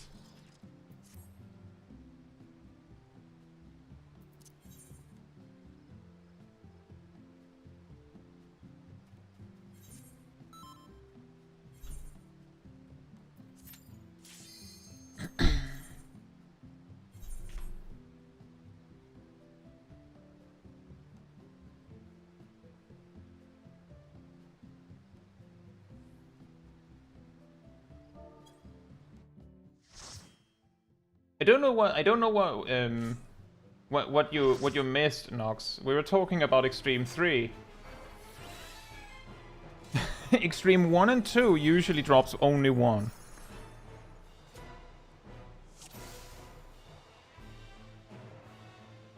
Right, let's review markers again. Call a marker. We'll just do new spots, it's fine.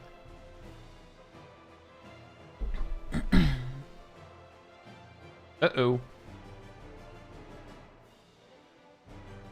Such rich, exquisite ether. Right, we're going with YOLO markers. Good luck, everyone.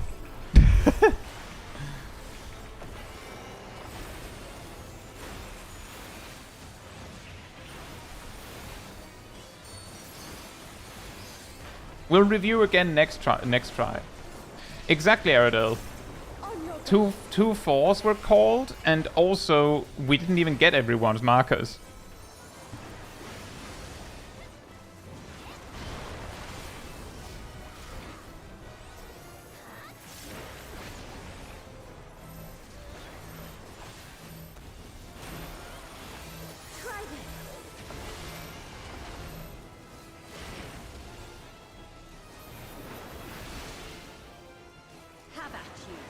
Have at you.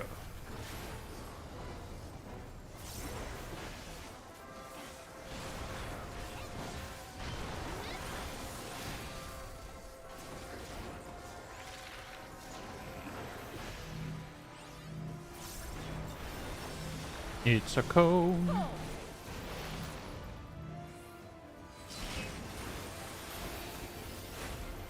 That's impressive. That's actually impressive. How? How did you do that? How did that happen?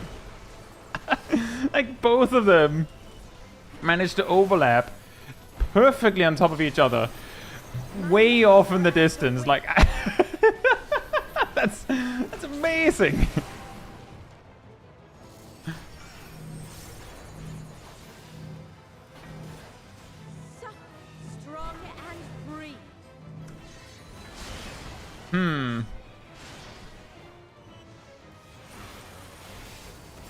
I think what needed to happen there was that Shaq needed to just YOLO into the enumeration marker, even though they didn't have anything.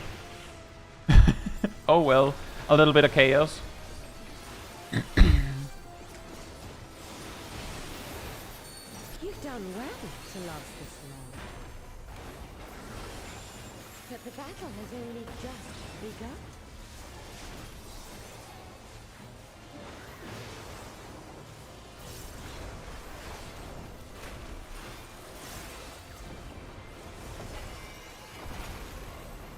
It is quite strange that Ruby weapon and Emerald weapon does not give 2 totems and Diamond does. I'm pretty sure that Diamond weapon nowadays takes way less time, simply because it doesn't have like 2 faces in the same way. I'll make it. Like, no mandatory cutscene or anything.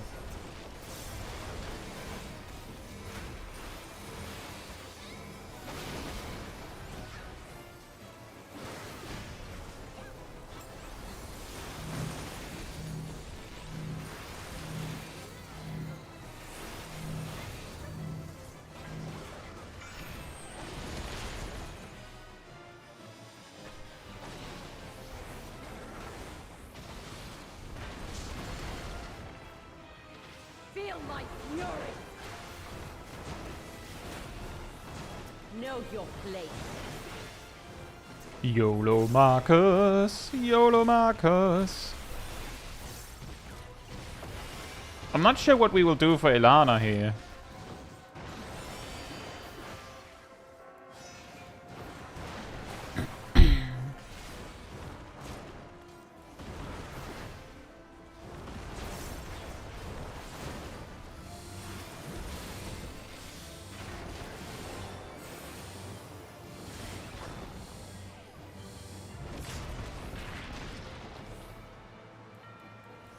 It would have worked if it wasn't for the dot.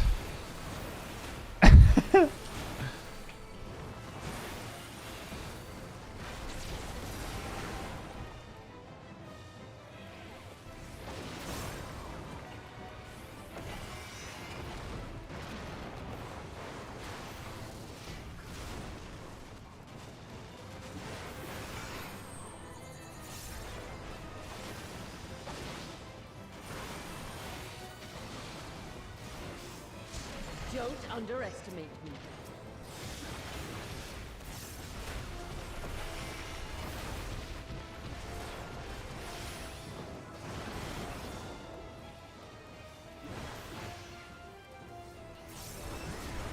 Yeah, I also forgot about the bomb, Ilana.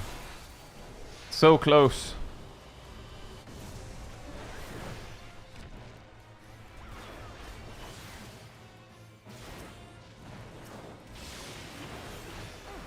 A fair wind blows.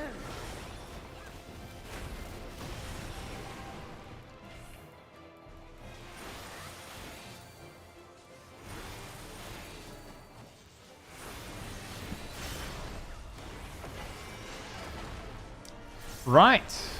I needed to stay a little bit to the left there.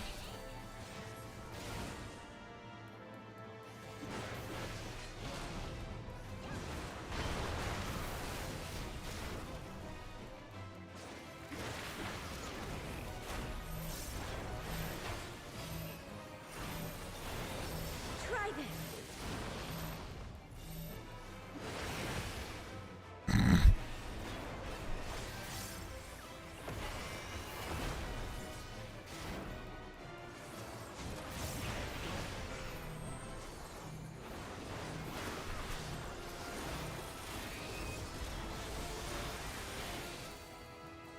It's a pretty brutal tank buster considering the level difference and everything. You feel it too, do you not?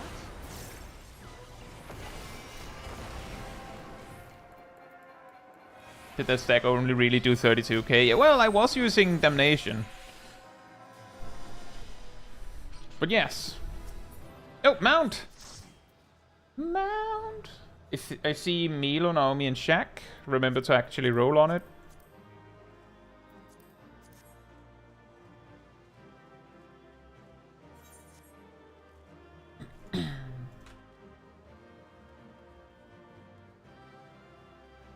A mount for the trouble. That's true, Diamond Weapon jumps a lot. I still think it's weird that Ruby and Emerald doesn't give 2.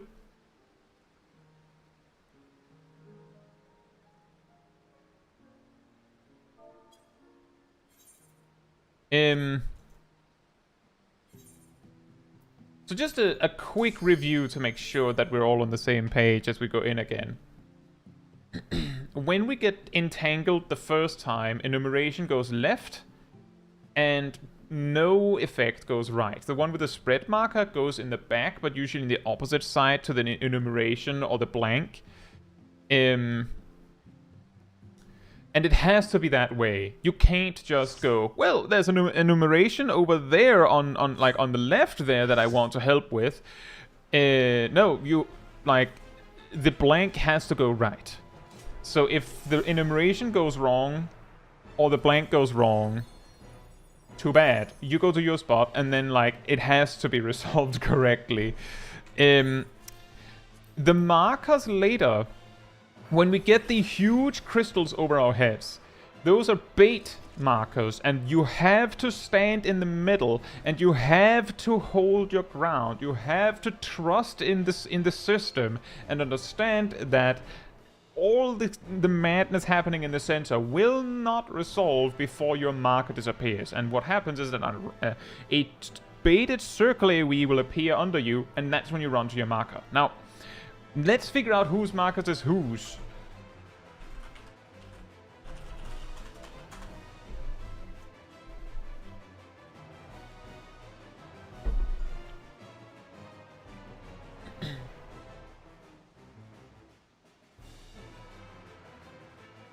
We basically have to wait in mid until the telegraphs appear. It's the same as the baits on M4S in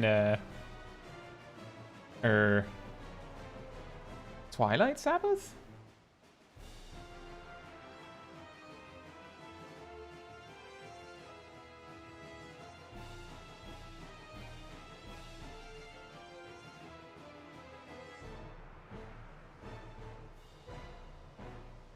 There's not a lot of system in the markers, you just have to pick one.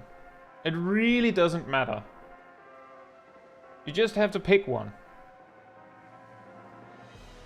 So far I see Milo saying 3, me saying A, Ilana saying 1, Aradil saying B, Monica saying 4, Naomi saying 2, Shaq saying nothing.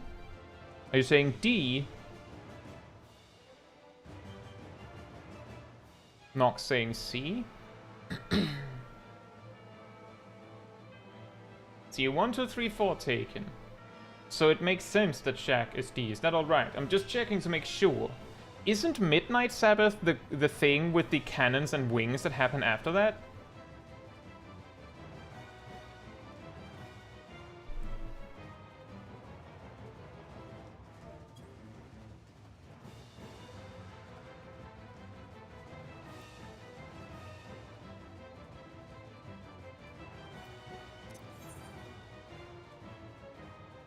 So Shaq is D, alright?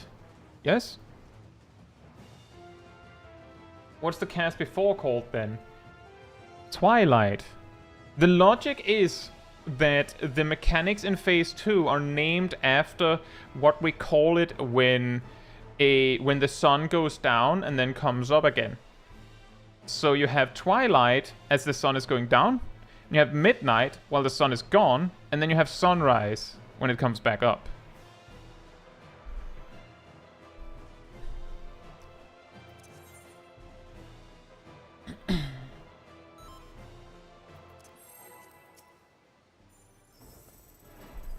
Yeah, it is funny the stack didn't do that much damage here. It's quite funny that. Although there was both barriers and defensives. But tanks just are like that. They're just built different. My head shimmers with anticipation.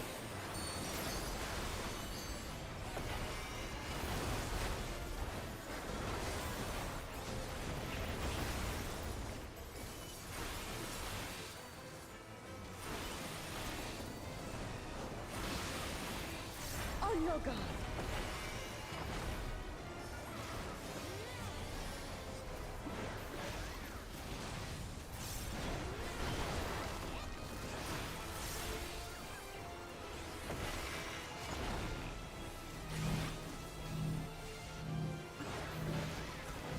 Try this. Oh, whoops. I stepped out too fast. By the way, the spread markers there will resolve shortly after, so you just have to, again, you just have to trust the system. Do the mechanics one at a time. It's really scary.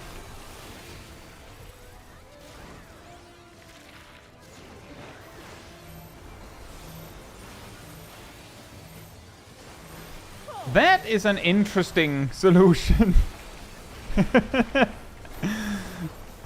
Everyone goes left.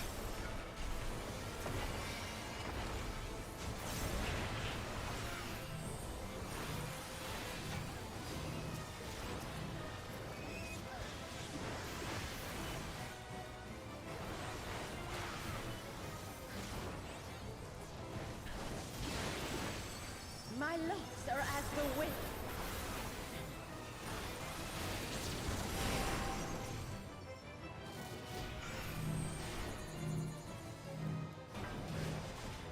Soft, strong, and free.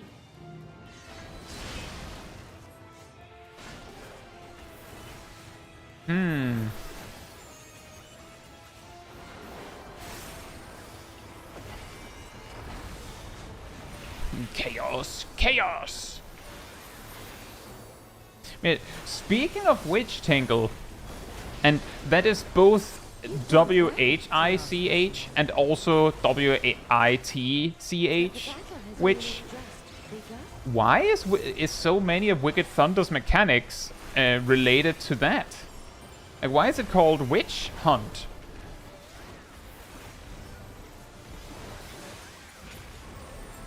And I'm guessing the explanation, like the simplest explanation was, or is, it needed to have some sort of theming. It could have had genuinely anything.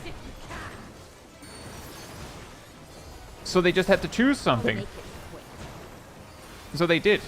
Will says, oddly enough, they call her the Neoteric Witch. Oh, I didn't remember that. That's the answer. And then the explanation Tinkle gave with the witching hour stuff. Combine those two and there you go.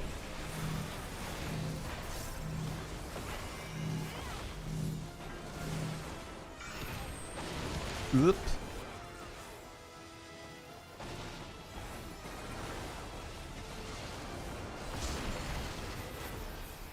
Feel my fury. To be fair, she's wickedly divine. How wickedly divine.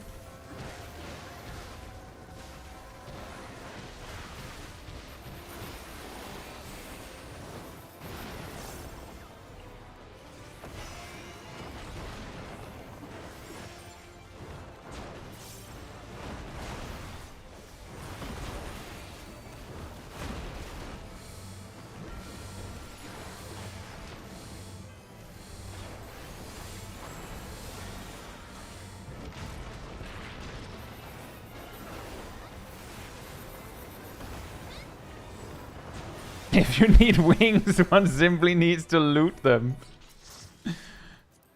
You know, there is something incredibly ironic about that boss having that line in the expansion where the mounts from the extremes are actually wings.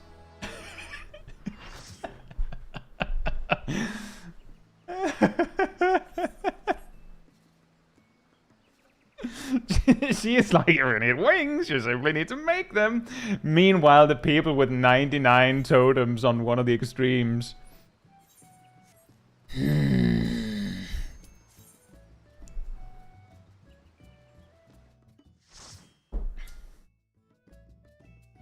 is sad that her mount isn't a wing. Wouldn't it be weird if that was also wings?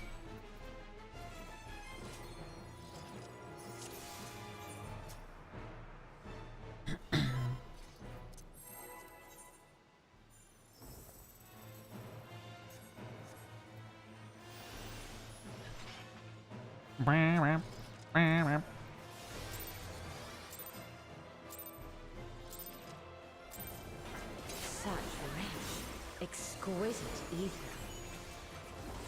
My hair shimmers with anticipation.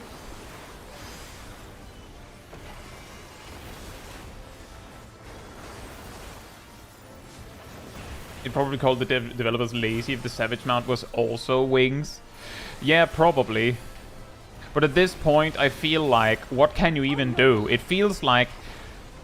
It kind of feels like sometimes that it doesn't matter what the developers do. Because people will just find something to complain about.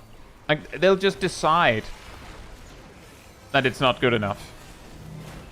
And then find an excuse for why it isn't good enough.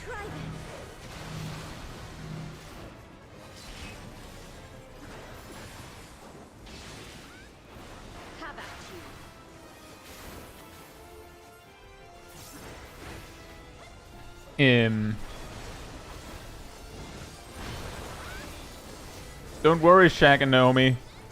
it is kind of... It is a little funny how incredibly problematic it is. But it's okay. It's okay. We'll get there.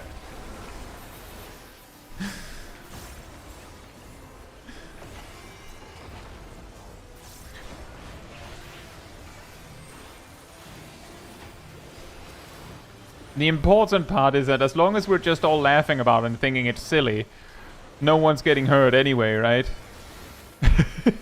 Hopefully. My looks are as the Because the thing that's killing you is you're both trying to run away, I think. Like, you're being so nice that you're tripping over yourself. A little more. strong and free.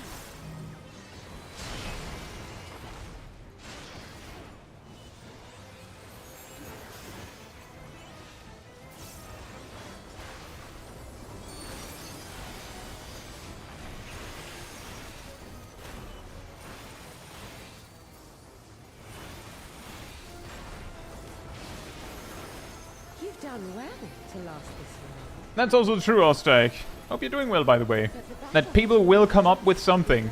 If they want to be mad about it, they'll just come up with something.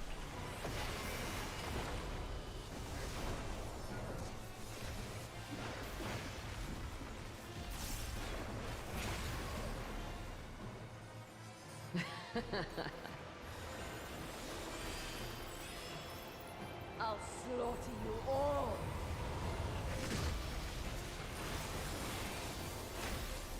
Dodge this if you can. I'll make it quick.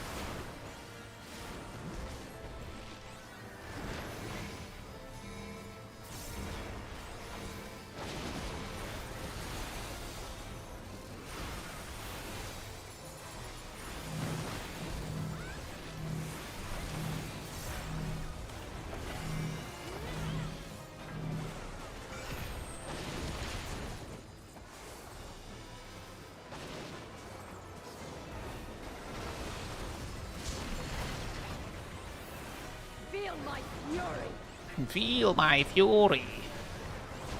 Know your place.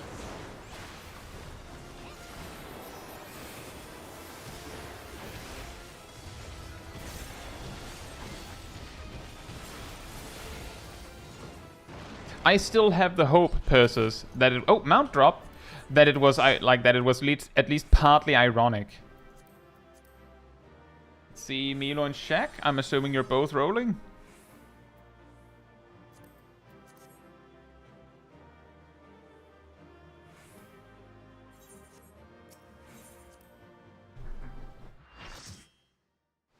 For those that don't know about the axolotl drama, essentially in Endwalker, one of the savage mounts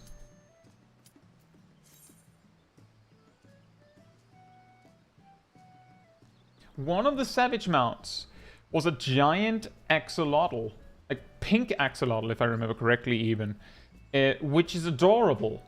And this post came out of someone essentially saying that savage mounts are not meant to be cute. Cute mounts are meant for the casual player base. Like, it should be a store mount or something ridiculous like that was what they said. It's so ridiculous that, indeed, you're not sure if they were joking, right? That's how ridiculous it is. It's like, did they actually mean that? Are they for real, for real? Whereas my take on that, by the way, my take on that is that if they can put things in Savage content that motivates an untapped segment of the player base, like players that have not been interested in Savage previously, by putting something really cool there that they want, then I think it's a success. If putting the axolotl there caused more casual players to go, maybe I should try Savage, then I would say it's a success. Like, I would say it's actually them saying that the mount should have been more easily accessible for casual players is basically saying that the developers succeeded in possibly reaching out to more players than they did previously. Because players that didn't want to do Savage now feel like, or rather feel like they can't do Savage, now feel like they have to do Savage, and at least they'll give it a try. Maybe. Or they'll just complain on the forums.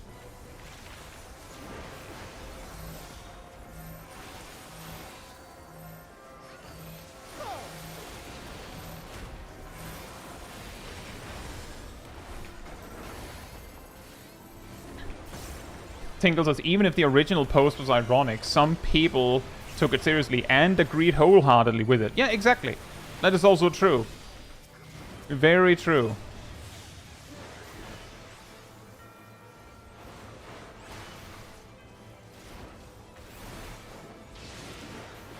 My locks are as the wind.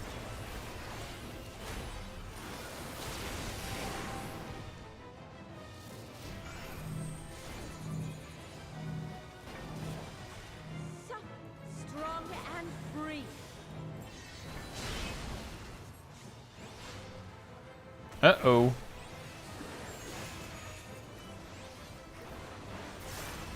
Remember that there's the cone AoE that follows, so you can't just run away into the middle.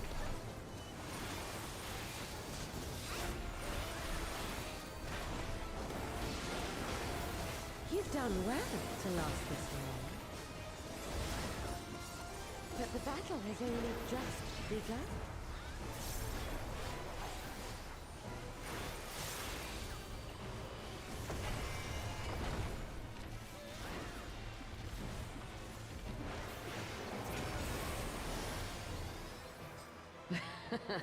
Naomi says, I wasn't running away into the middle, I got knocked back into the middle. Yeah, if you touch the circle, the outline, then you get shoved back into the middle. So be careful with that, I suppose. Obviously you know that. Ah, yes, the thing that killed you. Don't do that. Thanks! Amazing advice over there. Incredible. Up next. Yeah, so when a tank buster's targeting you, you should probably use a defensive cooldown so you don't die. Wow, really?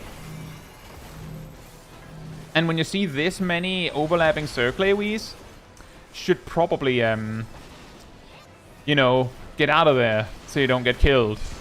Pretty insane. Feel my fury. Know your place.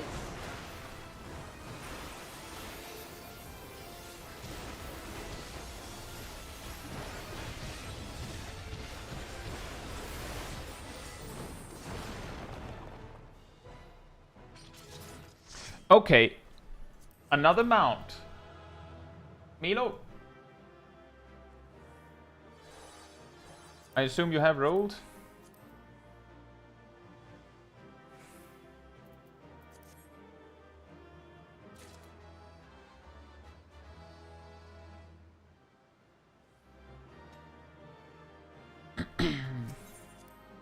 That's incredible. Is that 4 mounts in a row?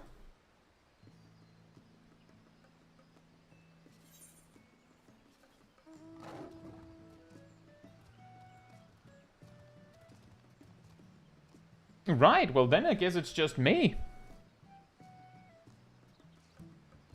Yeah, there's the axolotl mount. For anyone who doesn't know what it looks like.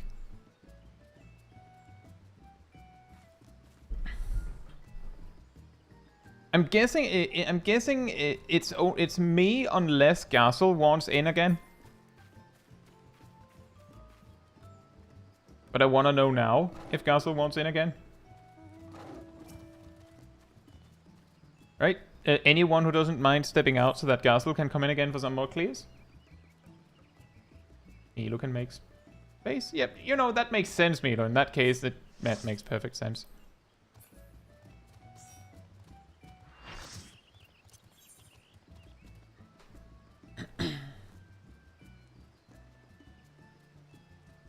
Too bad you had 3 people leave at once, so can't be sure who was the source of the bad luck. You know what, Ralph? I like to imagine that no one was the source of the bad luck.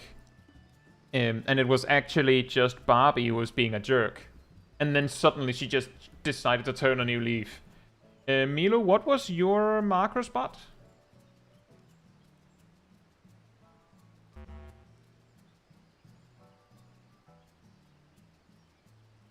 Milo? Does anyone remember whose where Milo's spot was in the clock positions?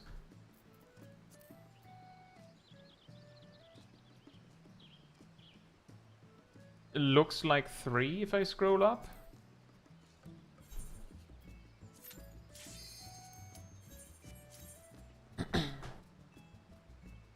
He's busy. Hope you're doing well. Yeah, exactly. That could also be that actually what happened is that we had a lot of Lucky Charms hopping into the stream.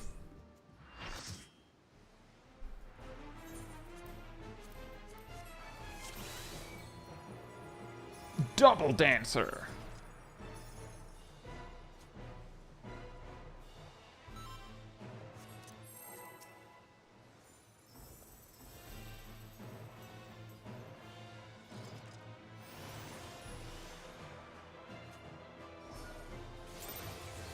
But yeah, you're probably right, by the way. Parents said that they believe that it's probably very likely that most of the people complaining about that whole axolotl thing didn't suddenly turn a new leaf and decide that they wanna be a Savage Raider now. But we can hope, and there's probably some, like, silent part of the player base that just went, oh, I want that, and then just started on their journey. I'm sure some players got inspired. Now the question is how many, and it might not have been very many.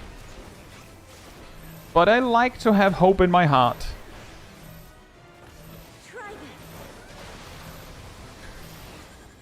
Believe in the better of the player base.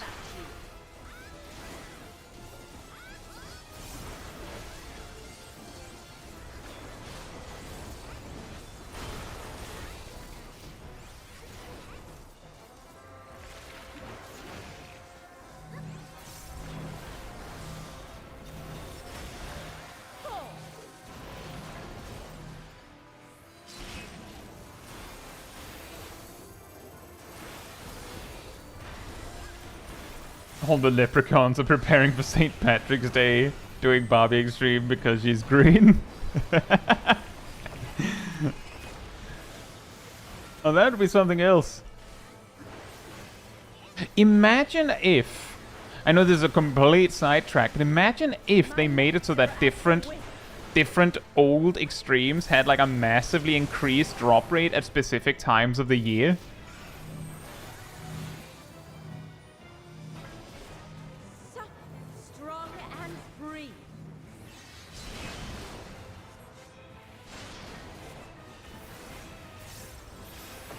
Wouldn't that be weird?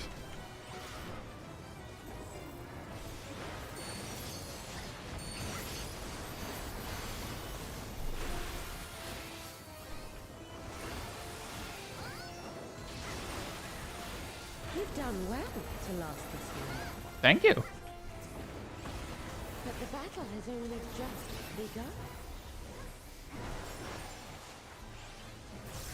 Yeah, true. They already have the ability to apply some sort of bonus window. That is true.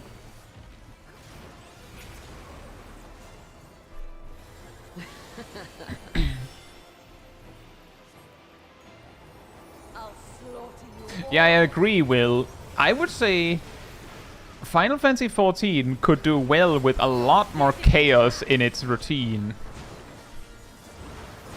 I'll make it quick. Like, I can see the benefits in being able to basically see everything that's going to, oh boy, happen in an entire, like almost an entire expansion before it even releases, because of the consistency of it all. But I feel it also removes all of the potential mystery of it all. That before the expansion even releases, you know what levels, like, you know exactly what levels the dungeons are going to be, and approximately how many trials are going to be, and when they're going to be, and everything is just like laid out so strictly that you can see it coming a year in advance. Monkey's Paw, the bonus is just extra totems. I'd be fine with that. That's still pretty good. That what? That's pretty good. Imagine if when you did Barbariccia in, I don't know, March, she drops 5 totems per run. Imagine that. Oh, I get that, Sally. That's also what I'm saying, is that it's kind of nice to have it, but it would also be nice to be surprised just a little bit.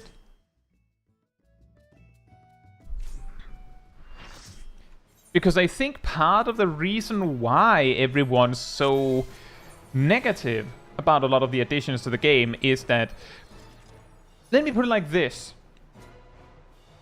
Before Dawntrail released, people could look at the Endwalker release schedule and already be annoyed that they were expecting nothing for 7.1. Like, they basically kind of already knew that it would be like an ultimate.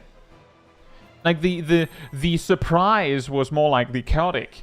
But other than that, it was just like people had over a year to get mad about it, pretty much.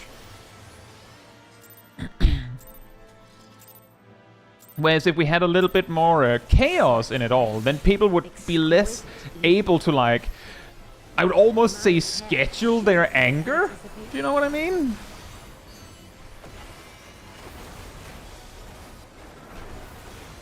And those people are complaining about nothing? Possibly silly, but they're complaining just the same, and there's a possibility that that's impacting the developers.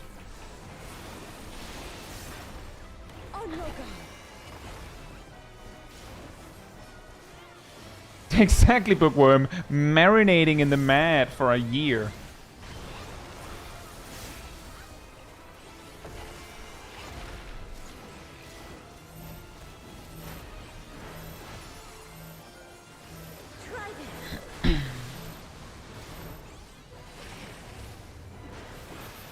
Endwalker was an exception? Endwalker was an exception in what way? Exception for what?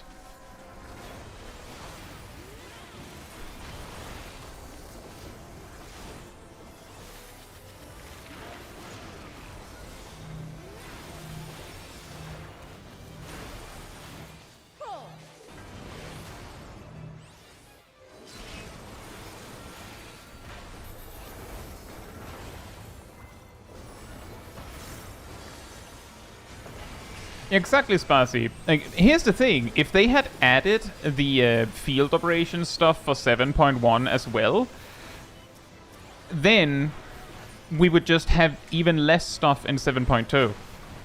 I think. It makes it a little hard.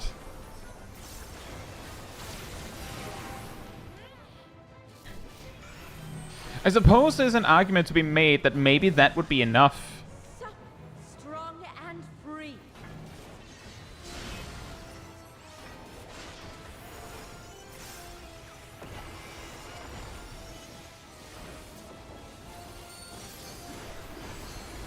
That's also true, Ostike, but apparently in the most recent live letter, from what I could find, Yoshi P said that the reason why Endwalker didn't have a field operation was because people complained about it in both Stormblood and Shadowbringers.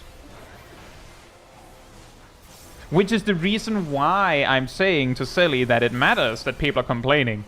Because the people complaining about Eureka and Bosha cost you a field operation in Endwalker, essentially. And then the people that didn't say anything in Stormblood and Shadowbringers because they were happy that there was a field operation, then were annoyed that there wasn't one in Endwalker, so back it comes.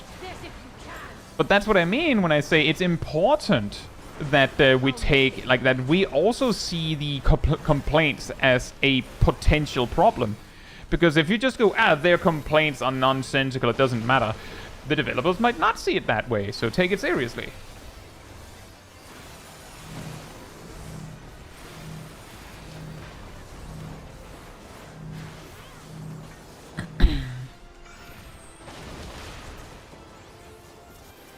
Help the healers, help the healers.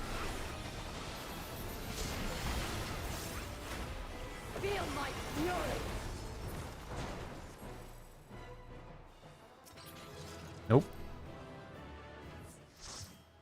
Perrin, you say that, but did you know, Perrin, did you know that I've heard from people that understand JP and look at the JP forums as well, that the JP players are saying the exact same thing about us.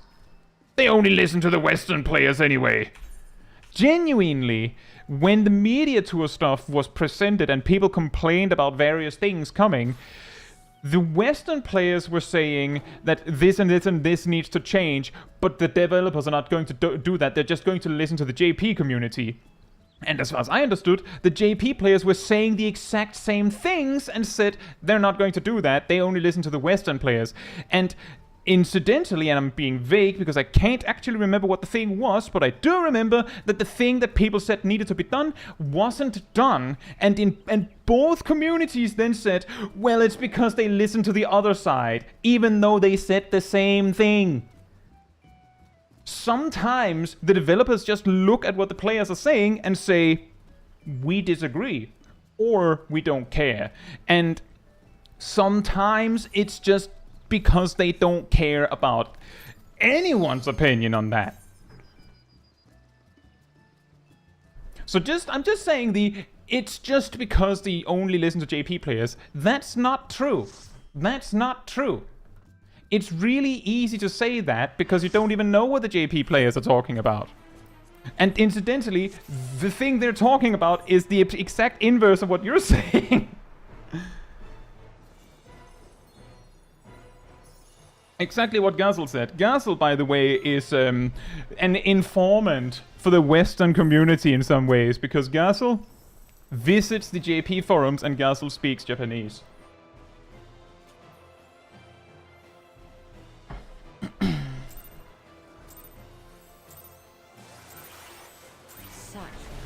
Sorry. Exquisite ether. My head shimmers with anticipation.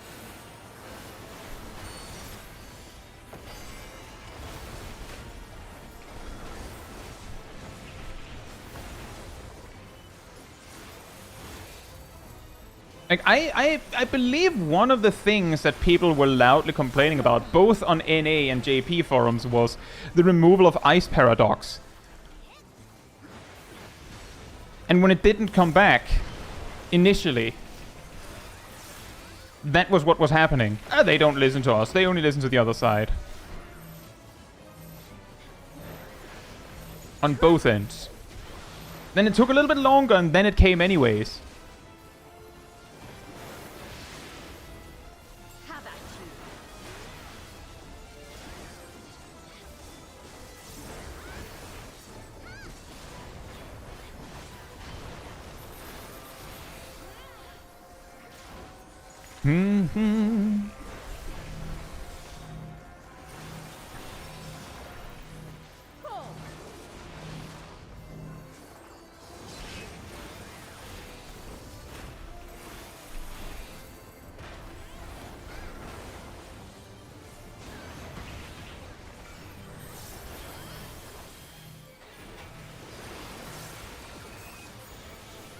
That's an excellent question, Perrin, but I heard plenty of Western players saying that Viper was too complicated, quote unquote.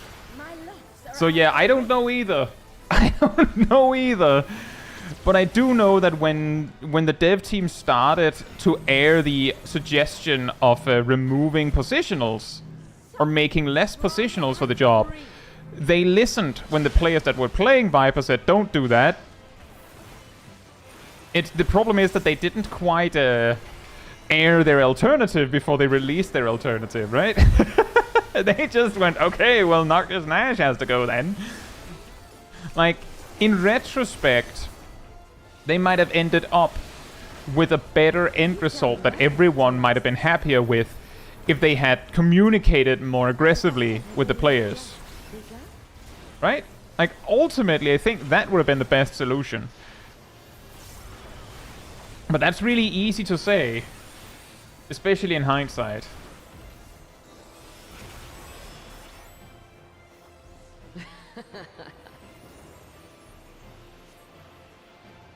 I'll slaughter you all. Telly says, I think the best solution would have been to leave Viper alone. I would say it was too fast. They were also too... I would also say that they were too fast to make changes to Monk, while we're on the subject. That one was too fast as well. And in some ways, I think what we ended up with is overall pretty nice, but I also feel like maybe they were a little too fast to go back on their decision to, I think Shaq is dead. Their decision to take away Ice Paradox. Ultimately, I think it's probably for the best that they got back Ice Paradox, but I do think that Viper, Monk, and Black Mage all were cases where they were way too fast to go, okay, never mind, on some idea they had.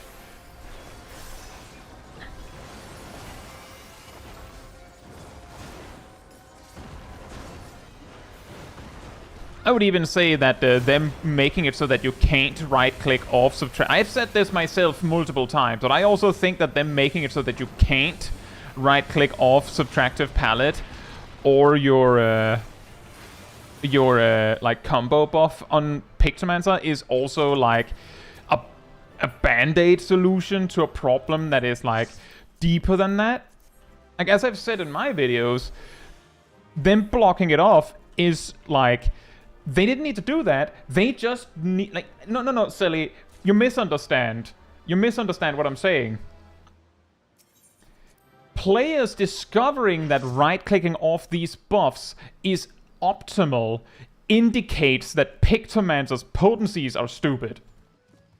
The problem is that they didn't change that.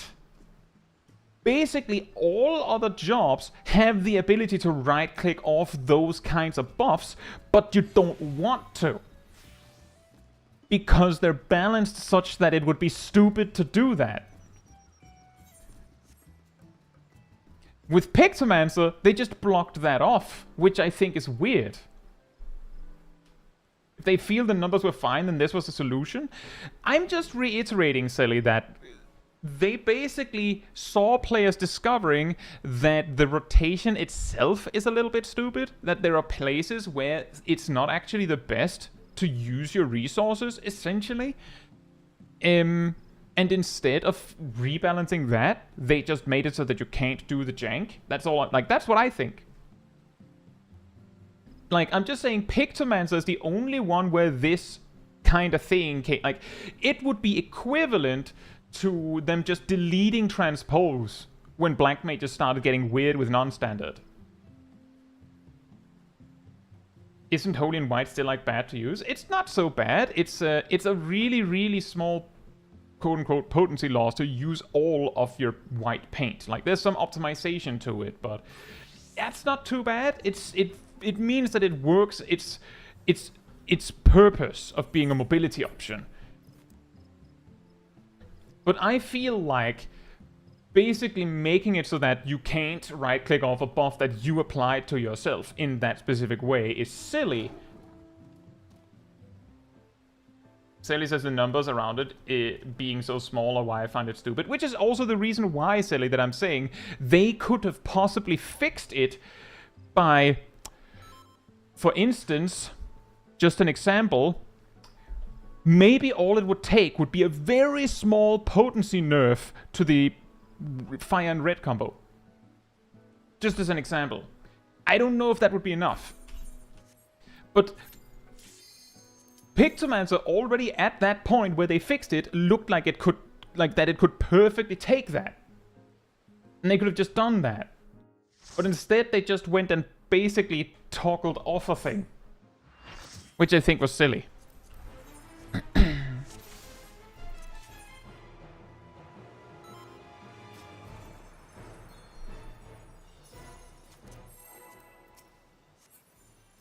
Silly. I would say that I don't think that that's necessarily a case of we're both right.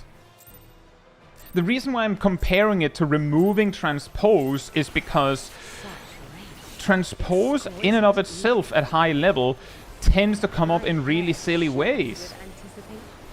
And making it so that you can't do a thing like this is like the developers saying, taking away the toy instead of making something more interesting. Like, What I'm saying is, in the perfect world, and just to remind you, I'm the kind of player that loves to mess around with things in the game. In the perfect world, they would have seen this jank and just readjusted the potencies or changed something on the job so that you didn't have any reason to do paint thinner anymore. That's going to kill you. Like, that's what I'm saying, is that making it so that you can't do it is a solution, technically, yes. But I would say that a better solution would any day be make it so that you don't want to do it. We had no reason to do... I mean, that's true. That's true. Like, paint thinner is a... I would say is a clear indication of an oversight.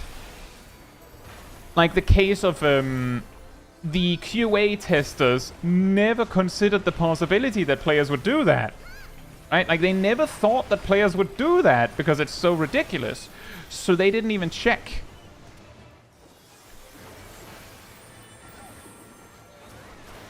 And then it was discovered that that was a problem. Like, it's the same thing with the meme rainbow drip on AoE thing that people discovered immediately. It was another case of, well, who would spam rainbow drip on AoE? The players would if it's a potency game.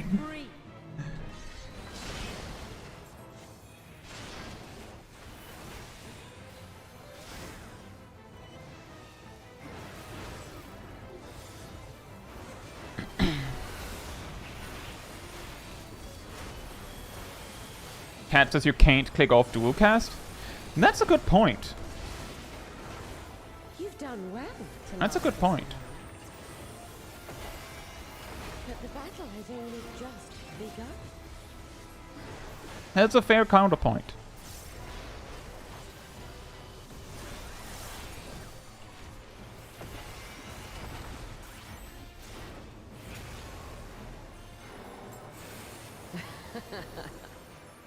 You can for some reason sprint off dual cast. I actually have a video where I explain this. I'm pretty sure it's my most recent Mythbuster video. I think. Does anyone want to take a stab at guessing why sprint removes dual cast and why it somehow makes perfect sense that it does that? Even though it's stupid and silly.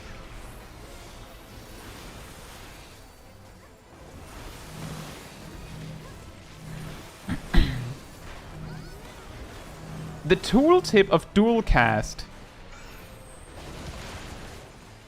states what things remove it. And abilities are on that list. As Zav says, sprint is not an ability.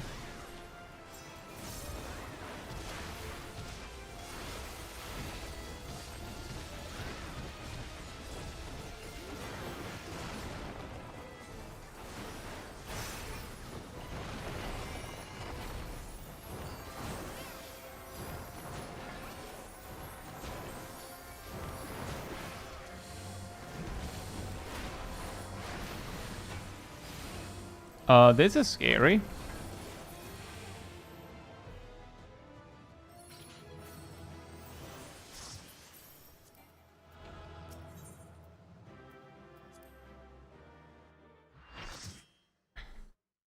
Cat says, this is one of the few times where given the opportunity players will optimize the fun out of a game is applicable. Clicking off a buff should not be optimal. And that's exactly what I mean.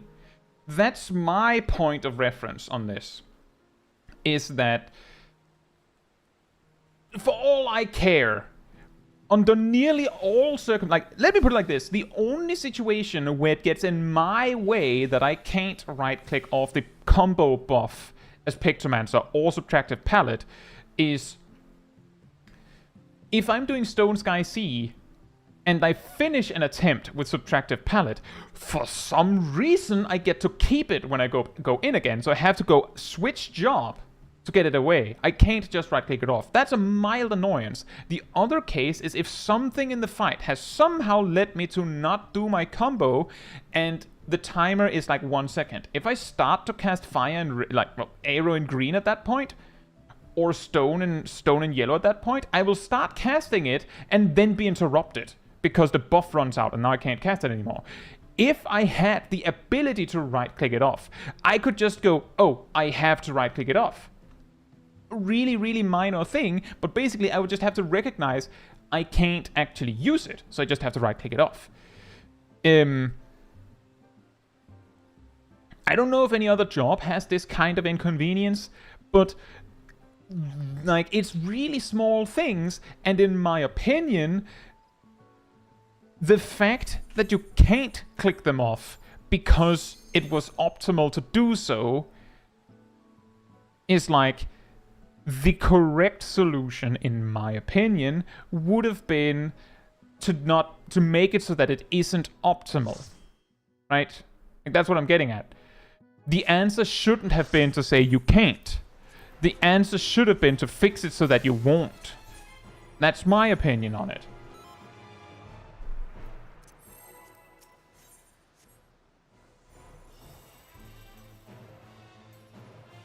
Like, sure, it solves it by saying you can't, but I just feel like it's an oversight. It would have been better to just say, like, to just change it so that there's no reason to. Exquisite ether. My head shimmers with anticipation. Nobody was forcing you to do the quote-unquote optimal rotation. That's true.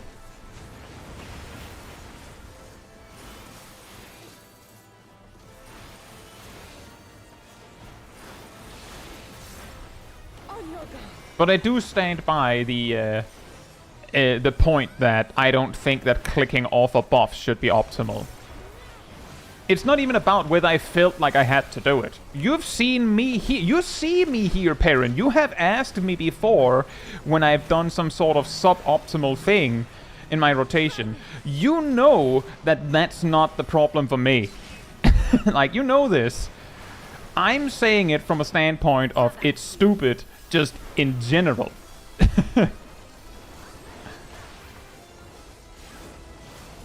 Expecting the devs to leave any non-intended stuff alone is an exercise in insanity. Transpose flare rotation on Black Mage?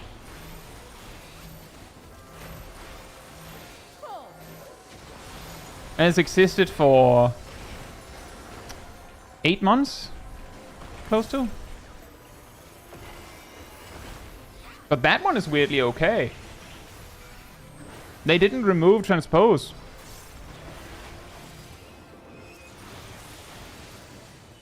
And they didn't buff High Fire 2 and High Blizzard 2 to fix it either.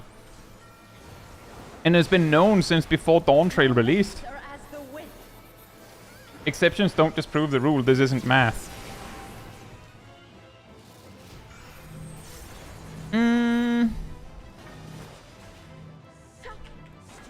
Mithril Tempest being a gain until you get... on single target, until you get Storm's Eye.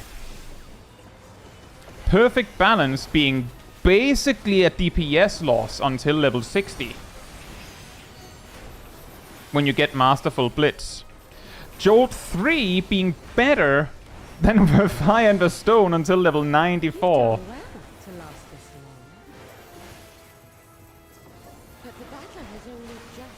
Like, I'm just listing some commonly known ones, but the point is that there's plenty of jank in the game that they leave alone.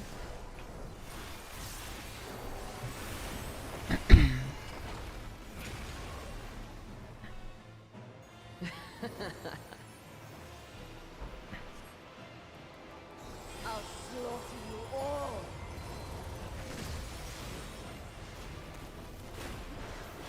Dodge this if you can. I'll make it quick.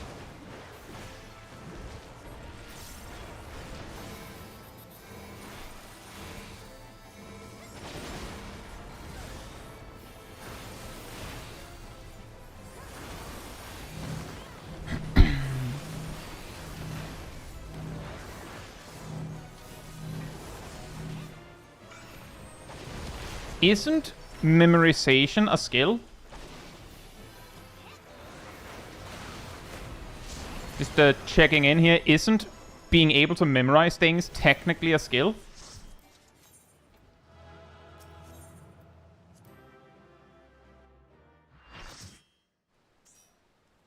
Just a little water cooler here, because I feel like I don't care, silly. I feel like what's happening here is that especially you, maybe Perrin a bit, but especially you, silly, are choosing to make your island over in the corner and excessively disagreeing more than you normally would just to make your island. The argument is exactly that Perrin says that there's skill expression in the game, and being able to memorize and make use of a more complex rotation, even though it's memorization, there's also the fact that some of these more optimal rotations are optimal under certain conditions, which means that part of the skill is an understanding when you do A or B. Sometimes there's a random element involved. So there is a level of skill expression in this. And even if there wasn't, in like just the performance of it, being able to memorize a really long sequence of things is a skill. I'm not very good at memorizing things. The way I memorize openers is simply by practicing them.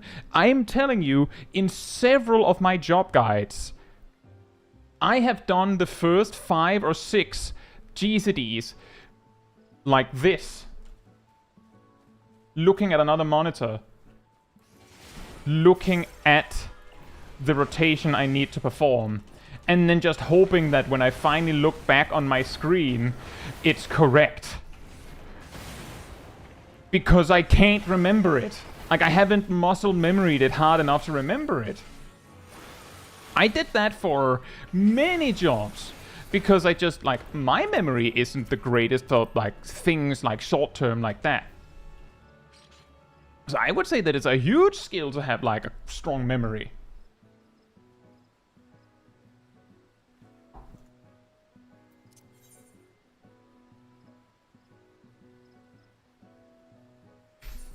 It's fine, Naomi. We just need 2 more clears and then I can just buy it.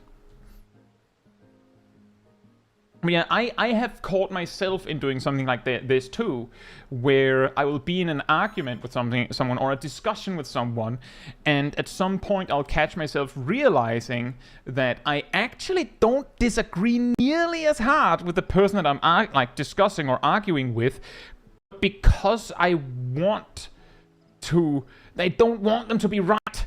I'll choose to be even, like, I'll go even further over in my corner and say some really absurd things, and sometimes you just have to recognize that. And it's alright, Sally. The important part is that we learn. It's alright.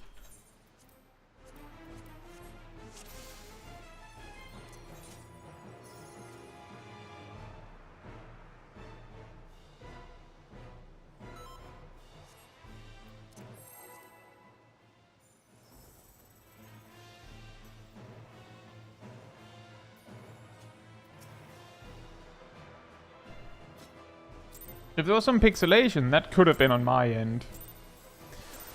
Such rich, exquisite ether. My head shimmers with anticipation. It could be YouTube, but it could have been a general thing. But yeah, if everyone's experiencing it, then yeah, it was probably it could have been YouTube, or it could have been me. I didn't see anything on my end, but it could have been me. And yet it happens with streams sometimes, so it's still annoying. Hey, Piscos! Hope you're doing well. I appreciate knowing. Fortunately, it happened during a time when nothing particularly interesting was happening, eh? Try this.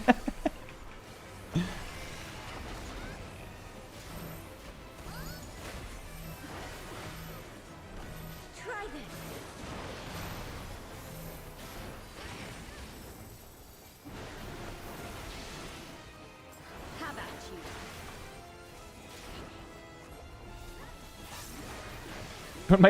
But the countdown is my favorite part of the fight. Aww.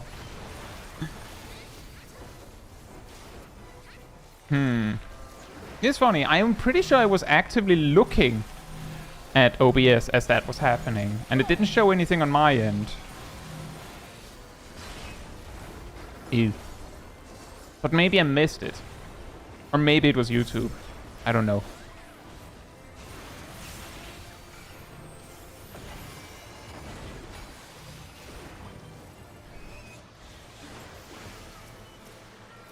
Yeah, I can't imagine how samurai players do a different burst every minute to optimize.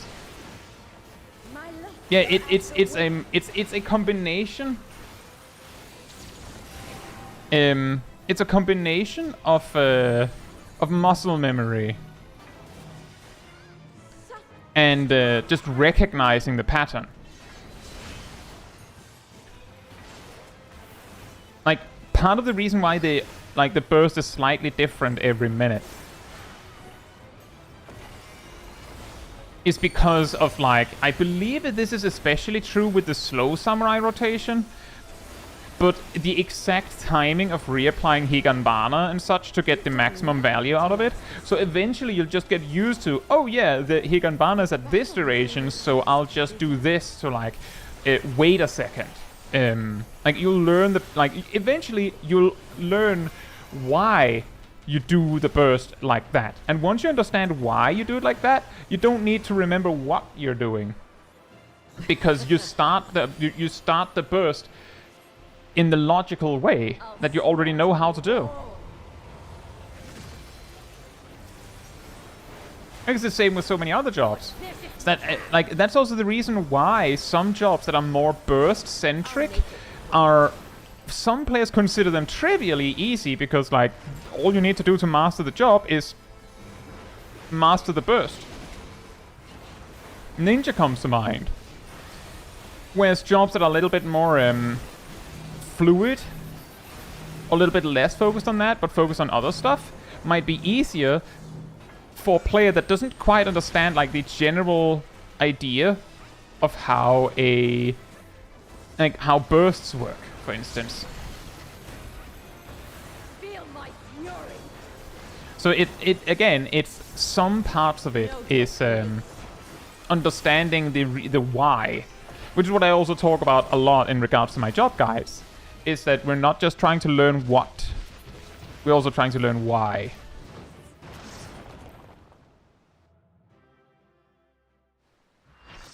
Highscore says, if I level above where I'm leveled in Palace of the Dead, do I keep that level once I leave? No.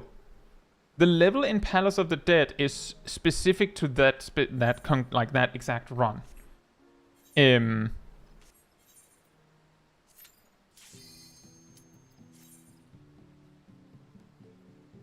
mean, you're welcome to, Sally, but you don't need to. Like, we're already fine. Right? The important thing is that we learn.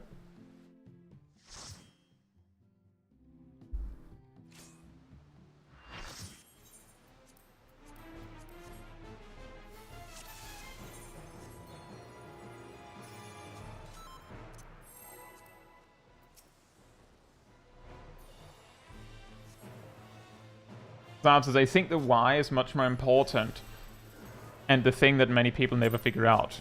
Yes, exactly. It also doesn't help that a lot of people, like, if you just get directed to the balance, a lot of the time what you might look at is just the opener infographic and maybe like some like overview image that shows like the general idea of the rotation, and that's it. And if you can memorize that, you might not need anything else. And then you've just really, really gotten good at the what. You have no idea why you're doing it, but you're doing it. And a lot of the super strict, super optimal rotations in Final Fantasy XIV are also simply, like, you can write out sequences so well in this game now that you don't even need to even remotely think about the why, because you can just remember the entire what. Like, from start to finish of a fight, all you know is what you're supposed to do. And that's actually enough. Like, as parents said, that their DSR opener's 18 minutes long. In other words, they have spreadsheeted the entire rotation from start to finish of the entire fight.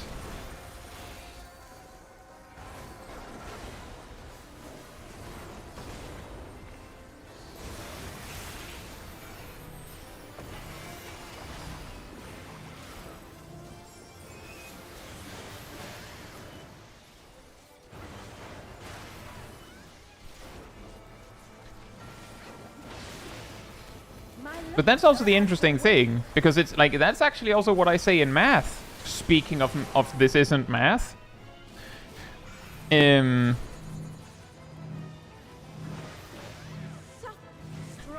and free. That if you understand why you're doing something in a certain way, then you can figure out what the calculation was supposed to be. You can figure out what the formula was supposed to be by just understanding why it is the way that it is. Of course, there's a limit to that. There are some much more complex mathematics where it's like, yeah, you don't just memorize that. Some people do. But if you understand why, like, why the area of a triangle is calculated the way it is, then you can possibly, reason your way back to the formula without, like, a book of formulas. You can just remember it. Or, like, figure it out in your head if you know why it is the way that it is. Dodge this if you can. I'll make it quick.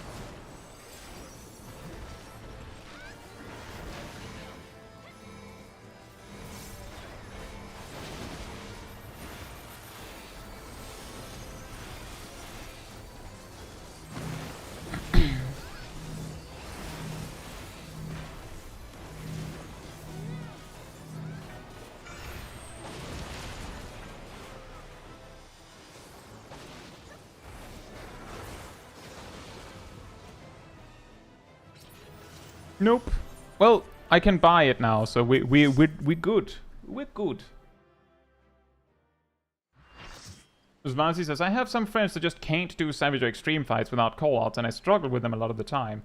Yeah, the difficult part there is that if you, like, that's a difficult one, because in a way, you can say that doing callouts in a raid team can be considered a disservice to the rest of your team. Because they might not learn how to do the fight without you making the callouts. That's also one, like, this is something we talked about way earlier in the Savage Raid series of streams on the channel, is that Cole, who also does Savage Raiding, mentioned that in their raid teams, and sometimes they'll do like other stuff than just the newest Savage, sometimes they would do a run where there were no callouts, just to make sure that you know what you're doing, that you're not reliant on the callouts, which is really ironic. I'll get back to that. But the general idea makes sense, because if you learn a fight... Where is it that we hand these in? Is it in Rats? I guess it's in Rats. If you learn a fight from start to finish with callouts, then you might have learned to react to the callouts instead of reacting to the fight. And if you want to do the fight in Party Finder, for instance, later on, or your raid leader does not want to do the callouts for you forever, then one day they will have to stop doing them for you. They have to. That's the only solution that'll work ultimately. And if you are in a raid team where that is the case, as in the raid leader doesn't want to do callouts, or the intention is that at some point you won't do re-clears anymore in that group, so you need to know how to do it on your own, then the better solution is to not do callouts and just everyone figure it out on their own. But if you are on a raid team and the intention is that you do the content together as a team, and that's like the start and the end of it, like no one in the raid team has any plans to do it in Party Finder later necessarily, and if they do, they'll figure that out separately. And you have someone who's willing to do callouts, then it is a net gain for everyone if the callouts are good. The problem there is, of course, that you can't like start doing callouts and then stop doing them. If you're doing callouts, you have to always do them, because if you stop, even as a quote-unquote test, then your callouts are unreliable. Like, let's say that out of 10 pulls, I will randomly just not do any callouts for one of them. Then it means that my raid team will not be able to trust me, because they don't know if the reason why I suddenly became quiet is because I forgot or because I'm intentionally not helping. So like the better solution there is just never do. Like, if you don't want to do callouts, then just don't do it. If you don't want to offer the service of doing callouts, then don't even start. Just don't do it.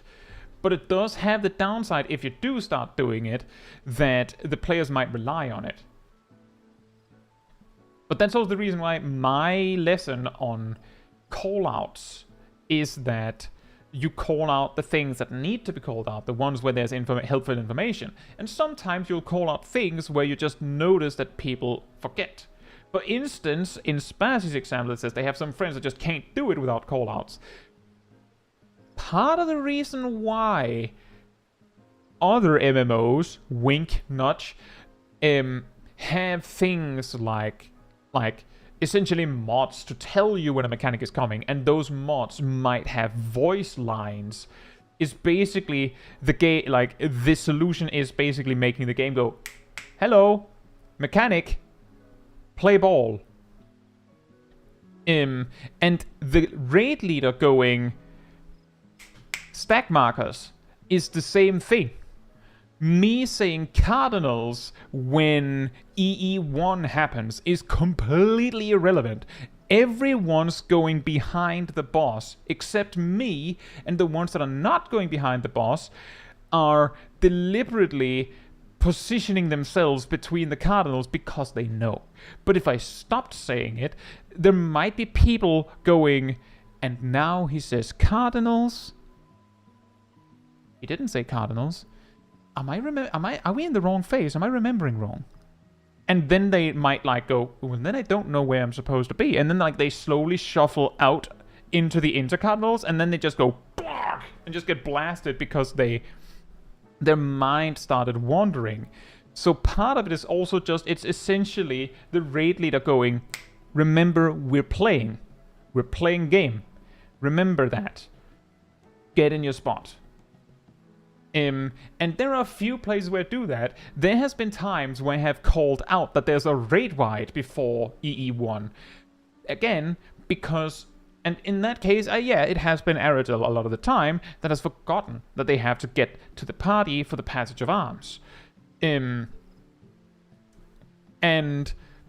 I'll call out other things where, again, it doesn't really matter. Like, during the intermission, I'll say, "Come in for heals," because I have seen people that are standing, like they're all the way into the wardrobe. Like, they're all the way in Narnia. Like, they're talking with Aslan for whatever reason. He doesn't have any heals for them. Come in, like, come back down. Sip and Shaq has heals for you, so you have to come and talk with them. I have a heal for you. I usually shake it off around that time if I have it. So I'll call that out. And that's what happens a lot of the time, is that I'll call out a thing if I see that people have a tendency to, like, mind wandering a bit.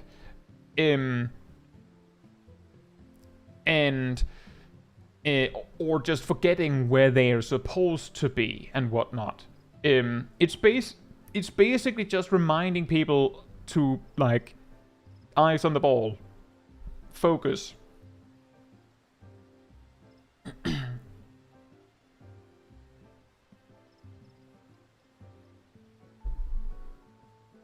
Yeah, exactly, silly.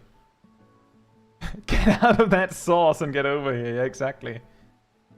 Parent says, "In Ubu, I needed to do the call out for the DPS soaks in Garuda, because my DPS would have their minds on annihilation, suppression, and zone out during Garuda."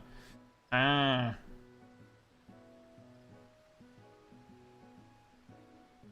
But yeah, exactly.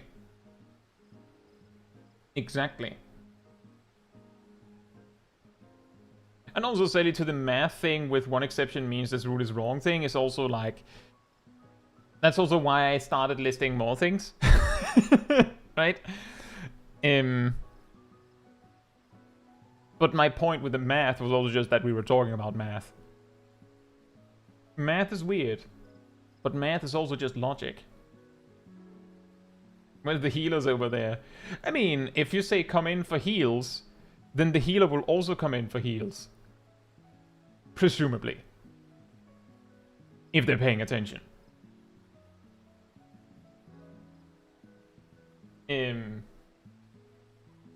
But yeah, like that's a difficult thing about callouts, is that... What's an easy way to explain that?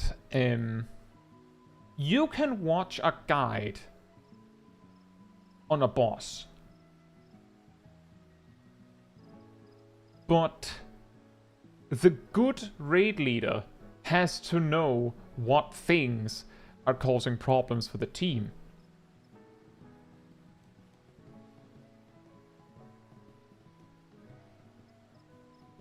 Calling out heals has made Sunrise more survivable. Ah! It's actually really funny, is that that's a thing that I feel like is weirdly common in hard content, is that when a boss does a mechanic where even though you do everything right, it still hurts like, wow! Like, it's basically like, yeah, you die if you do it wrong. You're calling out for heals for Sunrise. Sometimes on the Sabbaths in general, I'll say, this person needs healing. Like, for instance, I can't remember if it was last week or the week prior, but there had been a case of, I think it was, and I'm not trying to throw you under the bus, but it was just like a concrete example. Twilight Sabbath. You may have noticed last week I started calling out same angle. By the way, that's completely nonsensical, but when you have Twilight Sabbath, that's the mechanic where she summons 4 clones and they like double cleave halfsies, and they happen in pairs. The thing that has killed us, has killed people the most on that mechanic, I would say, is actually when the clones are pointing in the exact same way. Like, the first 2 clones cleave right and, like, cleave east and south. And then the second pair of clones also cleave east and south. That's the one that kills the most. Because people are like, feel compelled to, no, it can't be the same spot. And same angle is meaningless, but it turns out that, like, at least I noticed that when I saw that it was the same exact position, and I called that, people stayed, and we had no deaths. But in the context of that, I can't remember if it was last week or the week prior, but I specifically remember a case where Naomi died to that, got rest up, Midnight Sabbath is coming, and I say Naomi needs some heals. Because I'm sitting here as a tank going, well, my Nascent Flash is on cooldown. And I also can't heal them up enough in time. So Naomi needs some heals. I don't know if Shaq and Sib are like, yeah, I know. I'm about to cast the Flato Solace and I'm about to cast Ryokoli. Like, we've got it. It's fine. I don't know. But I'm looking at someone who's going to die if they do the mechanic correctly. So, heals. Those kinds of things. I think I've also called out that we need healing after one of the, after the first towers and cannons on Sunrise Sabbath once. Just because I was desperate that we had taken a lot of damage. Like, those kind of things are the reason why you'd call out for heals. And it's really easy for me to say, if I was a healer in the group, I probably would never call for heals unless I say it to my healer partner. I'd just go, can you do something because I can't? But because I'm a tank, the only thing I can do is I can look at the raid as the call-out man and go, there's a strong need of healing, and I can't fix it. So someone do something. And usually 1 second later, it without my call out. they probably would have done it without my callout. But the callout comes out just the same if that's what I'm observing.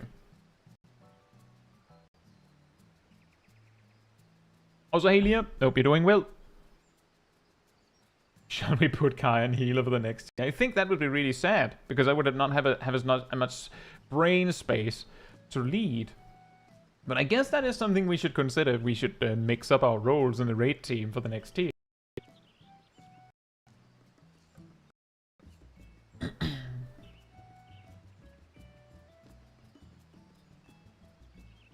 Okay, thank you, Pesos. Yes. I basically went into this knowing that we needed 24 clears for me to buy it, which was the reason why I passed for everyone else. Because I know that I'm the only player that is guaranteed to be in every single run in this team. As of my knowledge. So of course, if I know that we'll get it with totems, I'll get them out last. It's fine.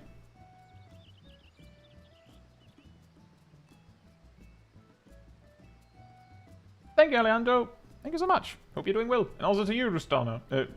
Rustano? Rustano?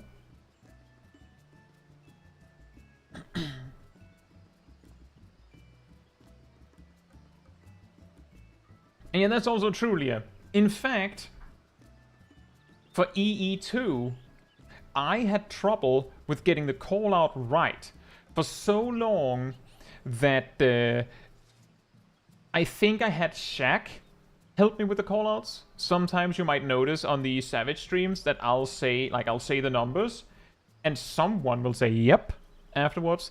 That's usually Shaq who's double checking in case I get it wrong. Wasn't that oh yes, EE1. Sorry, it's EE1. That's true, Shaq. It's EE1. EE1. Everyone confused. EE2 calling out numbers. Is he calling out the numbers for everyone? Just like, Shaq, you have 2, Sip, you have 3, Aerodil, I actually don't know what you have, I was paying attention to the healers. I don't know anyone else also. Good luck. Imagine having that much brain space. Just to call out all 8. Like, as it happened, you're just like, you, and you. You have 2, the rest, 3. Go. But your Shaq usually is like the reserve on EE1, because sometimes I just don't see it. And for anyone who'd like a tip on that, for EE1 being, you know, the Electro Edge thing where she shoots at the intercardinals to the sides, and then like she either does spreads or stacks. Like if you get behind her, like thing is, I've only seen her from the front in that fight because I've only main tanked it. But if you see her from behind, the left side, so the west side of the arena, she will always shoot the first corner she shoots twice, and then the other one. So before you have even seen, like, you see one blast, you already know which one is the safe one. Like, one blast, because she's going to shoot that side twice. On the east side, she will shoot each side once. And I'm pretty sure that it's random, the last one. So basically, the way I do it is that I look to the west and see where she shoots first. You actually, if you check the footage, like on any of the VODs, you can see me put my mouse in between 1 and 4, and the moment her first blast goes through, I put my mouse on the other one to remind me that that was the one. And then I look on the left, like on my left, which is the east side, and count which one is hit the second time and call that one out. Which is also the reason why, if the answer is 3-4, I will often say 4-3, because I already knew it was 4 long before I saw it was 3. So like I have queued in 4 first, and then 3 comes in.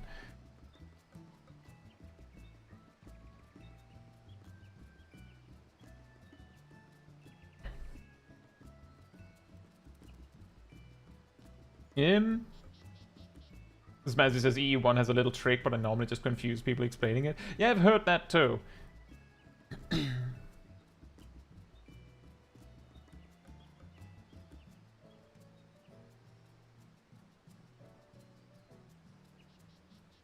That's basically also what I explained, Spazzy. I just explained it in more words. In that, you don't even, like, you can already start to use that knowledge on the first hit. Because...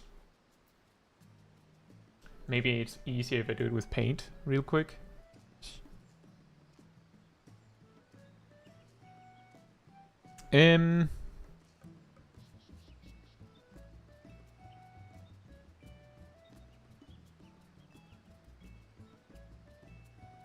You have a boss here. And we have a tank here. It's a paladin now. And then you have like a blob of people here. It can just be one happy person. So we have this, this, this, and this. For the left side, basically, if she shoots here and here first, right? Say, McLunsey, hope you're doing well, and thank you so much. The moment you see this first blast, you can already skip to the end and go, this is the safe spot. Because over here, she'll go blam. She'll go blam, blam, in that order. You have 1, 2, 3.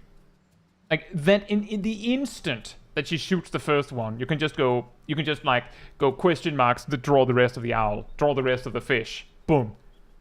You just, immediately when the first blast comes in, you just go...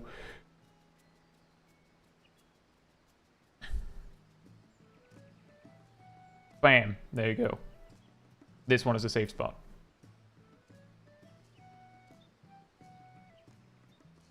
It's a little hard on this side, because she will always go blam, blam, or, you know, she could do it the other way around also, right? Like, but the problem is that as you don't know which one is the safe spot before the third blast, you have to see the third blast, but when you see it,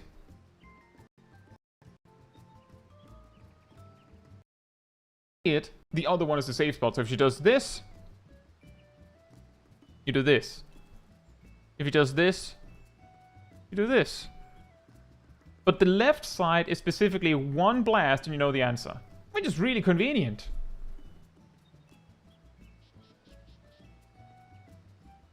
And indeed, you can also just look at the last hit, because the same logic that Spazzy came with, if you know from the first hit that the other side is correct, then you also know from seeing the last hit that this is the you know, that this one is the bad one, by only seeing the last hit. And you similarly know on the right side that she will hit the second blast on one of them last. You just take the one that wasn't hit. The main reason why I split it up like this is because because incidentally it's easier for me to look at one side at a time. Like basically, if I'm the tank here, I'm looking over here. I'm looking this way for the first blast. And I'm looking this way for the third blast.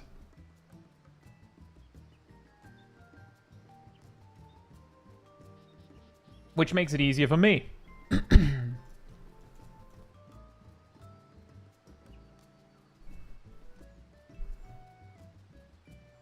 Let me just see. Alejandro says, sometimes when I play healer, I forget I'm a healer at the start of the fight because I prefer DPS. I'm doing damage and then I see someone low and go, oh right, I'm the healer. I've done that too. It is kind of funny to make that one. Just sitting there like, someone needs to do something about this. There's a lot of healing not happening. Someone should fix that. Wait a minute. I feel like I'm forgetting something important. Oh, right!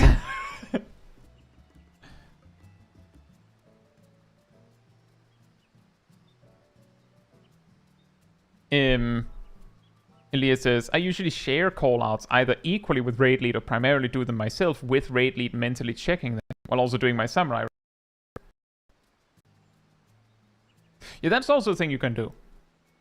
Like, I'm also saying, like, you can absolutely have multiple people calling out things in a run. Like, it doesn't have to be one person. We've actually done that more on Uvu.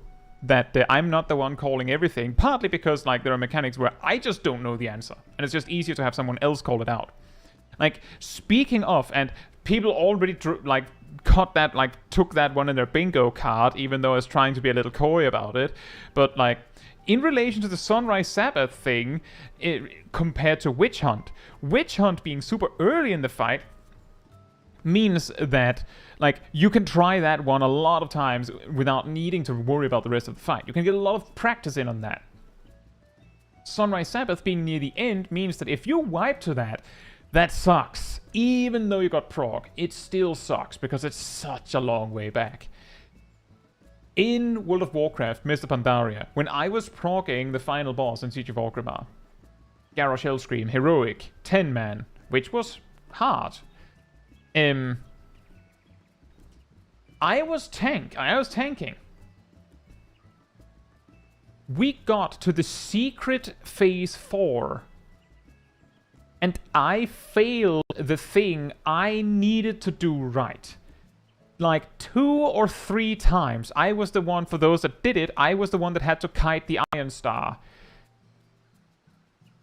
I failed it like 2 or 3 times.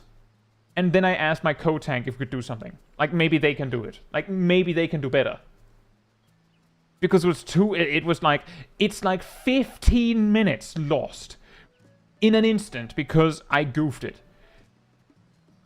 Now, the thing is, if they had tried and then also failed, we might just have gone back to what it was. Because the way we did it, the reason I had to do it was because, like, the general strategy we're following, I was the tank that had to do that.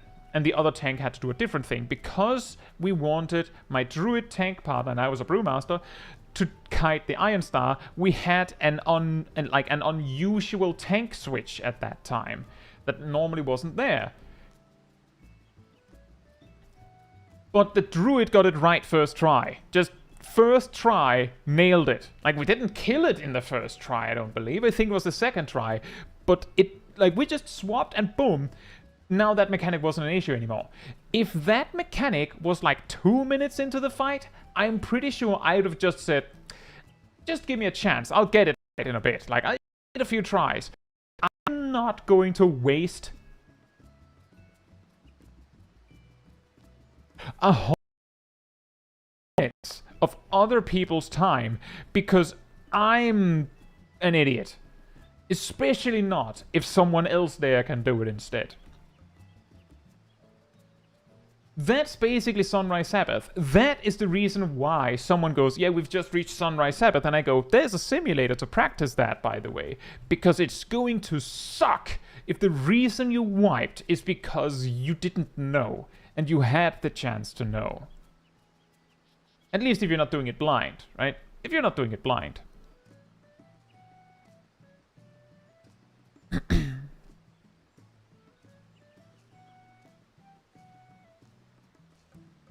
And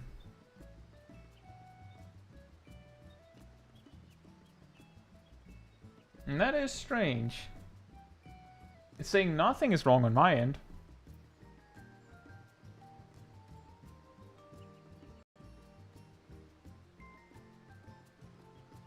It could be a YouTube moment. When I tried to post up this stream earlier, while it was loading, just planning it, it crashed.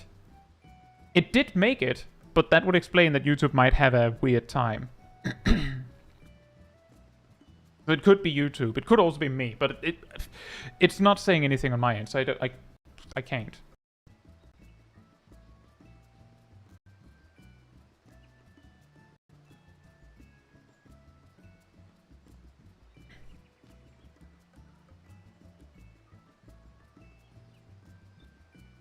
But yeah, that's the reason why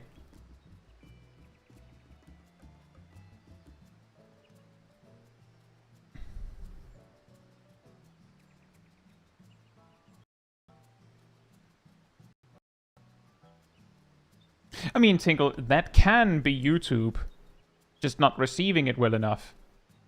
In the past, I've had massive problems with YouTube just like, while I'm not lacking at all in-game, OBS just drops to 0 bitrate that YouTube is just not receiving.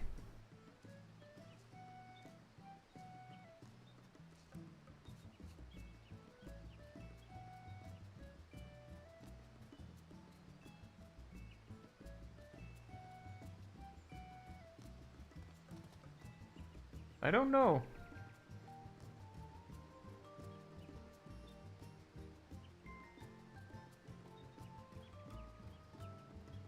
I do not know. Julia says, simulators are the bane of my existence because I recognize their immense value but also hate them on a visceral level. I understand that. I get it. For multiple reasons. The first one being, it makes the game feel like homework.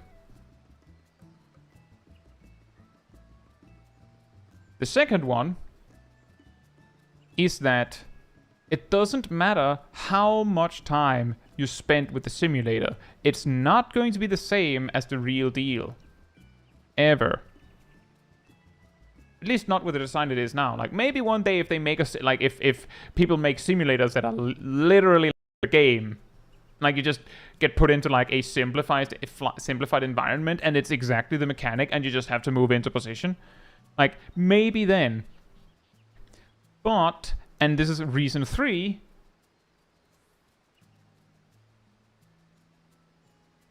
A lot of people will view the fact that there is a simulator as justification that you should be able to nail it on your first try. Because you're practiced, of course. And there's nothing that can replace actual practice with the actual mechanic. It's the same as going, well, you watch the guide. How are you getting the mechanic wrong? Turns out reading about it isn't enough. That's also the reason why, like, if you're, like, reading stuff in the context of, like, you know, homework, taking notes, doing exercises, is checking that you actually got it. Watching the guide isn't testing you at all. Doing the fight is the homework. It's the tasks. Do exercise 1, 2, and 3. Read this, then do exercise 1. Watch guide. Do the fight. Same deal. Moglonti says, I was wondering if I could ask where your accent is from. I'm from Denmark, but I've heard a lot of people say that it's really difficult to tell. And thank you.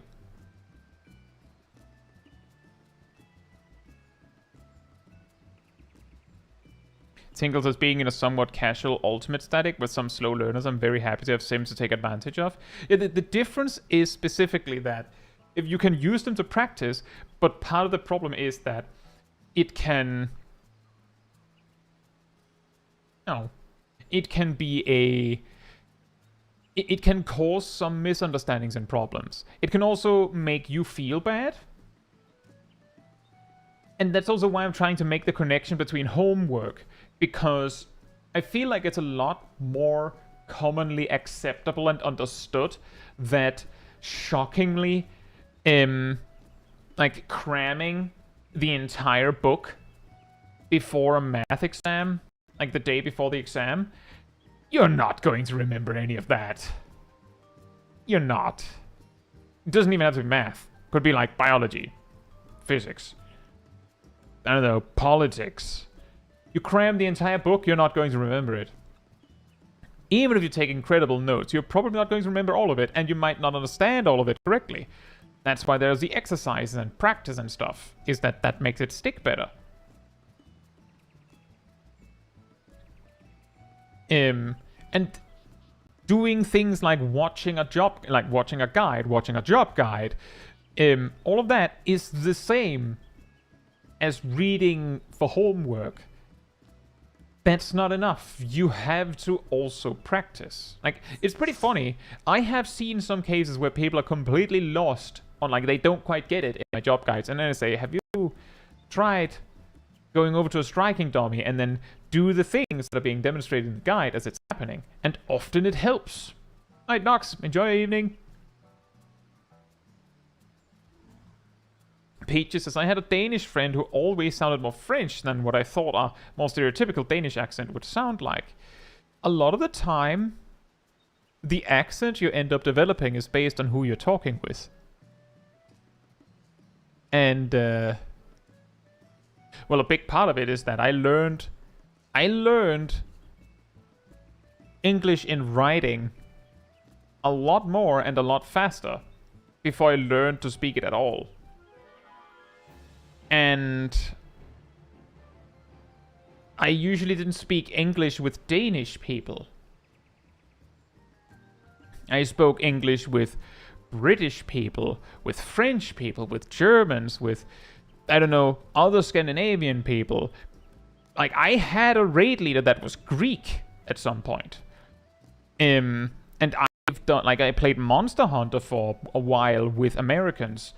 And the people you speak with have a massive influence on your accent. I've heard something about, I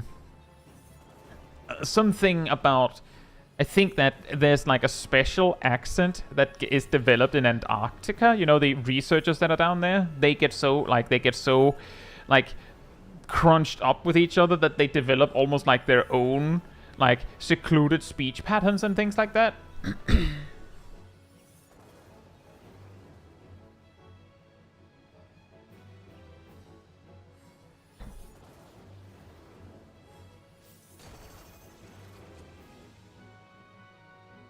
Leah says there's a massive difference between watching a job guide and playing the job against a dummy, and playing the job in a full uptime fight and playing the job in a fight with frequent downtime. Yes. Which, again, circles back to what I was talking about before, with why it is important that you understand not just the what, but the why. Because if you understand the what, then you might not understand what you need to do the moment the boss disappears for a second. Because you only know how to follow the rails. You don't know what to do if the rails are different than usual. And if you understand the why, then you know, like, what the end destination is. You know what you're supposed to do. So you can figure, like, you could basically, if you understand the why, you can invent your own burst, your own rotation.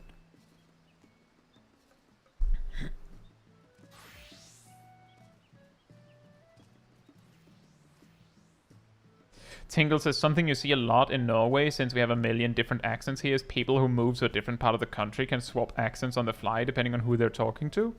Yeah, that makes sense. I've also heard cases of, like, something like Australians just flipping like a switch if they're talking with an Australian, and completely different if they're talking with an American. Things like that.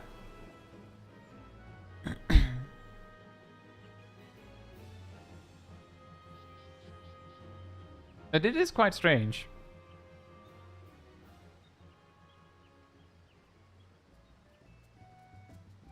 Stares at the many different American accents. Yeah, that one is difficult.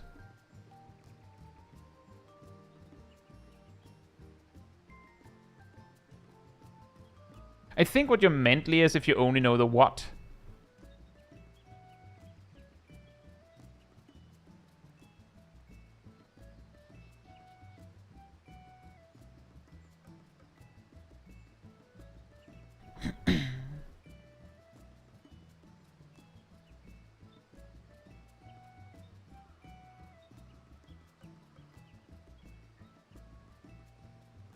It is very similar words.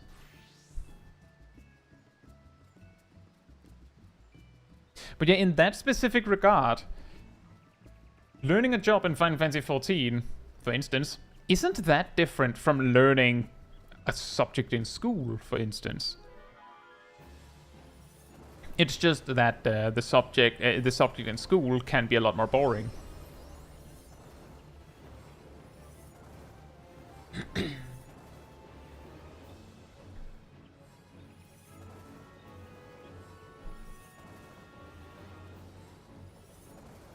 But yeah, I hope the people, some mentioned that there had been some stuttering and stuff in the stream. I hope it wasn't too frequent. And I also hope that it's just YouTube being weird and it isn't from me. Because I can't see anything. Like, it doesn't say anything on my end.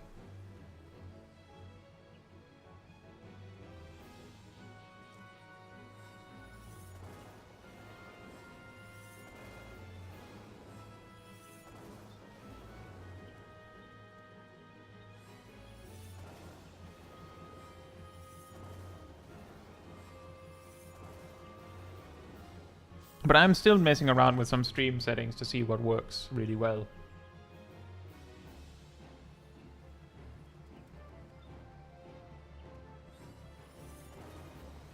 My math classes usually didn't include laser and holographic shields.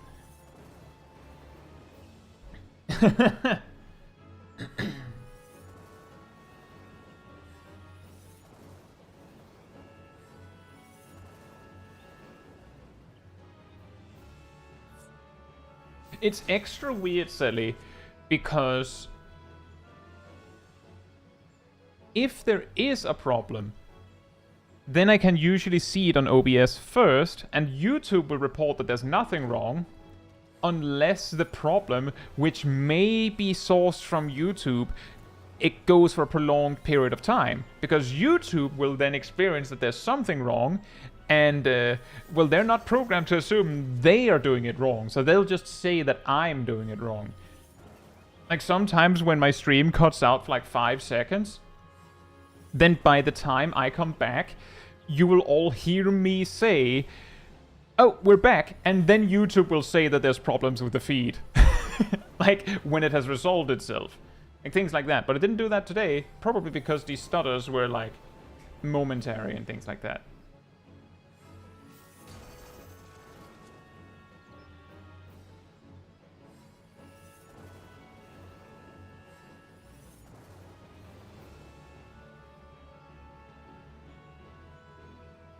Could you screen share on Discord just to find if YouTube is to blame?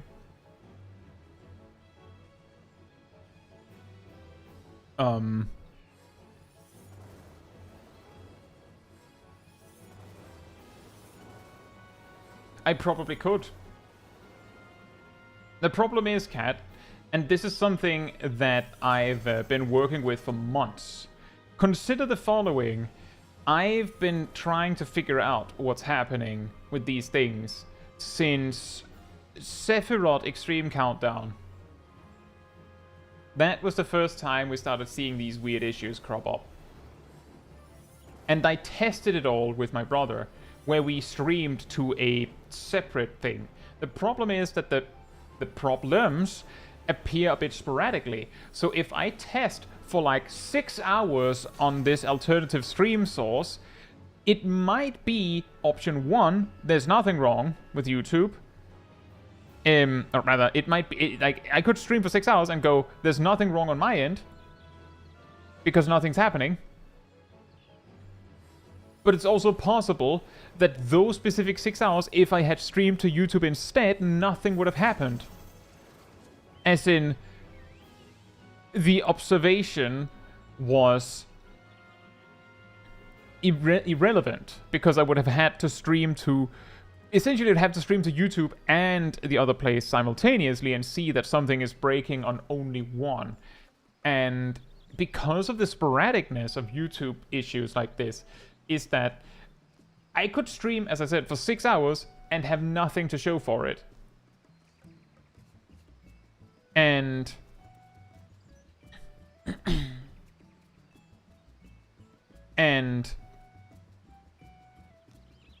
And I could stream for 6 hours and I'll find problems immediately. It's possible. The thing that happened on the Sephiroth Extreme Countdown, I believe, was that was the first time where I had a stream where it felt like my connection just couldn't, like, it couldn't connect right. Like, it just couldn't. Like, the whole stream, it wouldn't let me. Do you stream from the same PC your game is running? Yes, I am.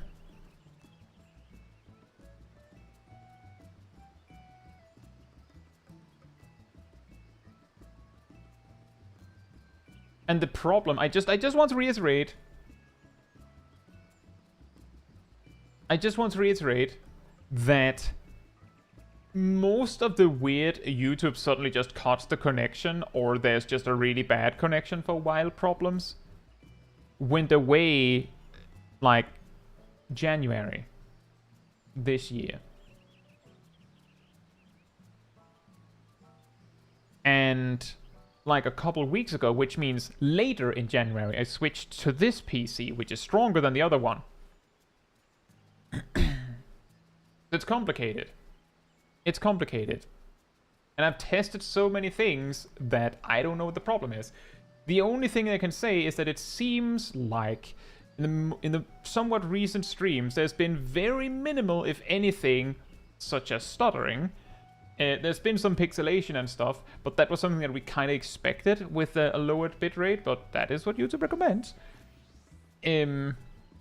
So overall, nothing, like no major things, as far as I know. No, like most people were like, looks normal to me. Like not much has changed. And if there's a significant amount of stuttering tonight, it is possible that it is YouTube being weird, because when I had to start this stream, YouTube was acting a bit weird. It's like maybe YouTube is having a weird day. And yeah, that's true, Alejandro. Some people do that. That is also, like, the thing is, it's not quite like that, because a lot of the time, the way that that works can also be that the gaming PC is streaming to the streaming PC, who's then streaming to the world. Like, that can also be the solution. And to Spazzy saying alternative stream source, my brother's helping with setting something up for, like, for something that would be a bit like that, like a streaming PC that I then have to stream to, but it's not actually in my house, or in my apartment, I should say. And that is part of the reason why we're testing with different stream settings, because of different requirements and expectations. And maybe all the problems suddenly go away when we do that. Who knows? YouTube is pretty good at hiding stutters, in my opinion. I've noticed, I think I've heard from some people that, like, the more likely scenario is that the people that are not experiencing any stutters, they might be a few extra seconds behind on the stream. That's my best guess. Because I set a setting with some dynamic bit rates in OBS, and that completely resolved the dropped frames problem, which my best guess is that either OBS then just serves a really pixelated image to YouTube when there's problems, but usually if there is a dip, it'll be followed by a huge spike in bitrate. So an alternative guess is that YouTube will buffer a bit. YouTube says that they will do that because it'll be waiting for the image. So if you're a few seconds behind, it, like, basically a live stream is like building it like a train rail as you're riding it. If you're a little further behind, me stopping to, like, wipe the sweat off my brow for a second doesn't matter, because I can get back to building the rail before you come at it.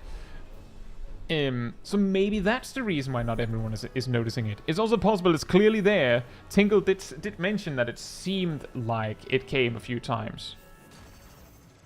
Like the Wallace and Gromit thing, yeah, exactly. Alando says I'm going to play Monster Hunter Wilds. I don't think I'm going to play it right at the start. I've heard that there's a lot of performance issues on the game. And also I have a bit of a plan to play it with a few friends when we eventually get around to it. And I don't know if we're going to be streaming that. But I'll probably play it eventually. It is weird that. I remember Monster Hunter World also had some massive performance issues here and there. On release on PC. It's particularly funny because I specifically remember that I had no issues, but I was also playing on a rather old PC. So I was playing on, like, all settings was at minimum. Like, basically low settings on everything. And my frame rate wasn't super great. But my frame rate was stable, including on both Teostra and Kushala Daora, which were the two problem guys. Like, the tornadoes caused high qualities, like high graphic settings to just completely chuck, and the powder from Teostra did the same. It was so bad that people made mods to just replace them with something else because the particles were too much. I just had my settings so low that there weren't enough particles to lag my game. And then they fixed it. And then I got a better PC. I think they started addressing it. See, that's the thing, Alejandro, because when people pointed it out initially, the developers said that they had already addressed those problems, like on the first beta test. And then when this second beta test came out, people said, no, they haven't quite fixed it.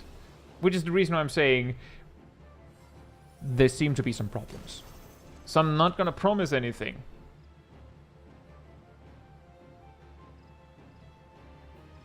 Like, we'll have to wait and see a little bit on that.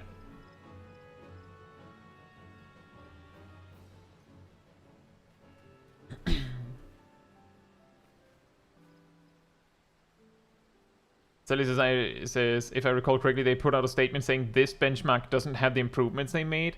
That's really stupid. Because you'd have to assume that the second beta would have had those fixes, right? But that exactly is my point, is that I need to see how bad it is when it comes out. Or how good it is when it comes out.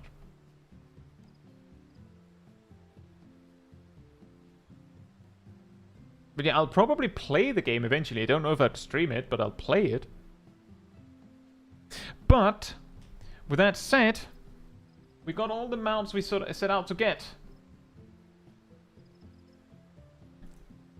And we even got a little bit of... Like, we managed to finish like 10 minutes before when I would normally call it on the farm. And we got exactly the amount of mounts we needed. Although I had to buy one. But that was the plan all along when it really comes to it. But if you enjoyed this particular stream, it helps me a lot if you leave a like on it here on YouTube. That tells the algorithm this was an enjoyable stream and like other people to enjoy it as well. So thank you so much in advance. And if you'd like to be part of, if you would like to be part of the Discord community server, there's a link in the chat right there. There, you'll find the weekly schedule where you can see what else is happening in the coming days every week, usually updated Sunday or Monday. You'll also find the announcement room with links to videos and streams when I put them out. And if you grab the reminder role in the role assignments room, you'll get a notification whenever I post a video or stream, as well as an extra one around 15 minutes before stream starts, so you don't miss a second. And if you'd like to support the channel even more directly, you can become a member of the channel, you can gift memberships, you can use the super chat system, or if you don't like any of that, there's also a link to there's also a Ko-Fi link in the chat right there from Aradel. It all helps support me and the channel directly so that I can focus on doing stuff like this with all of you. So thank you so much for the support. But I think that'll be all from me tonight. So good night, good morning, afternoon, or evening, depending on where you are in the world. And I hope to see you all very soon. Bye bye.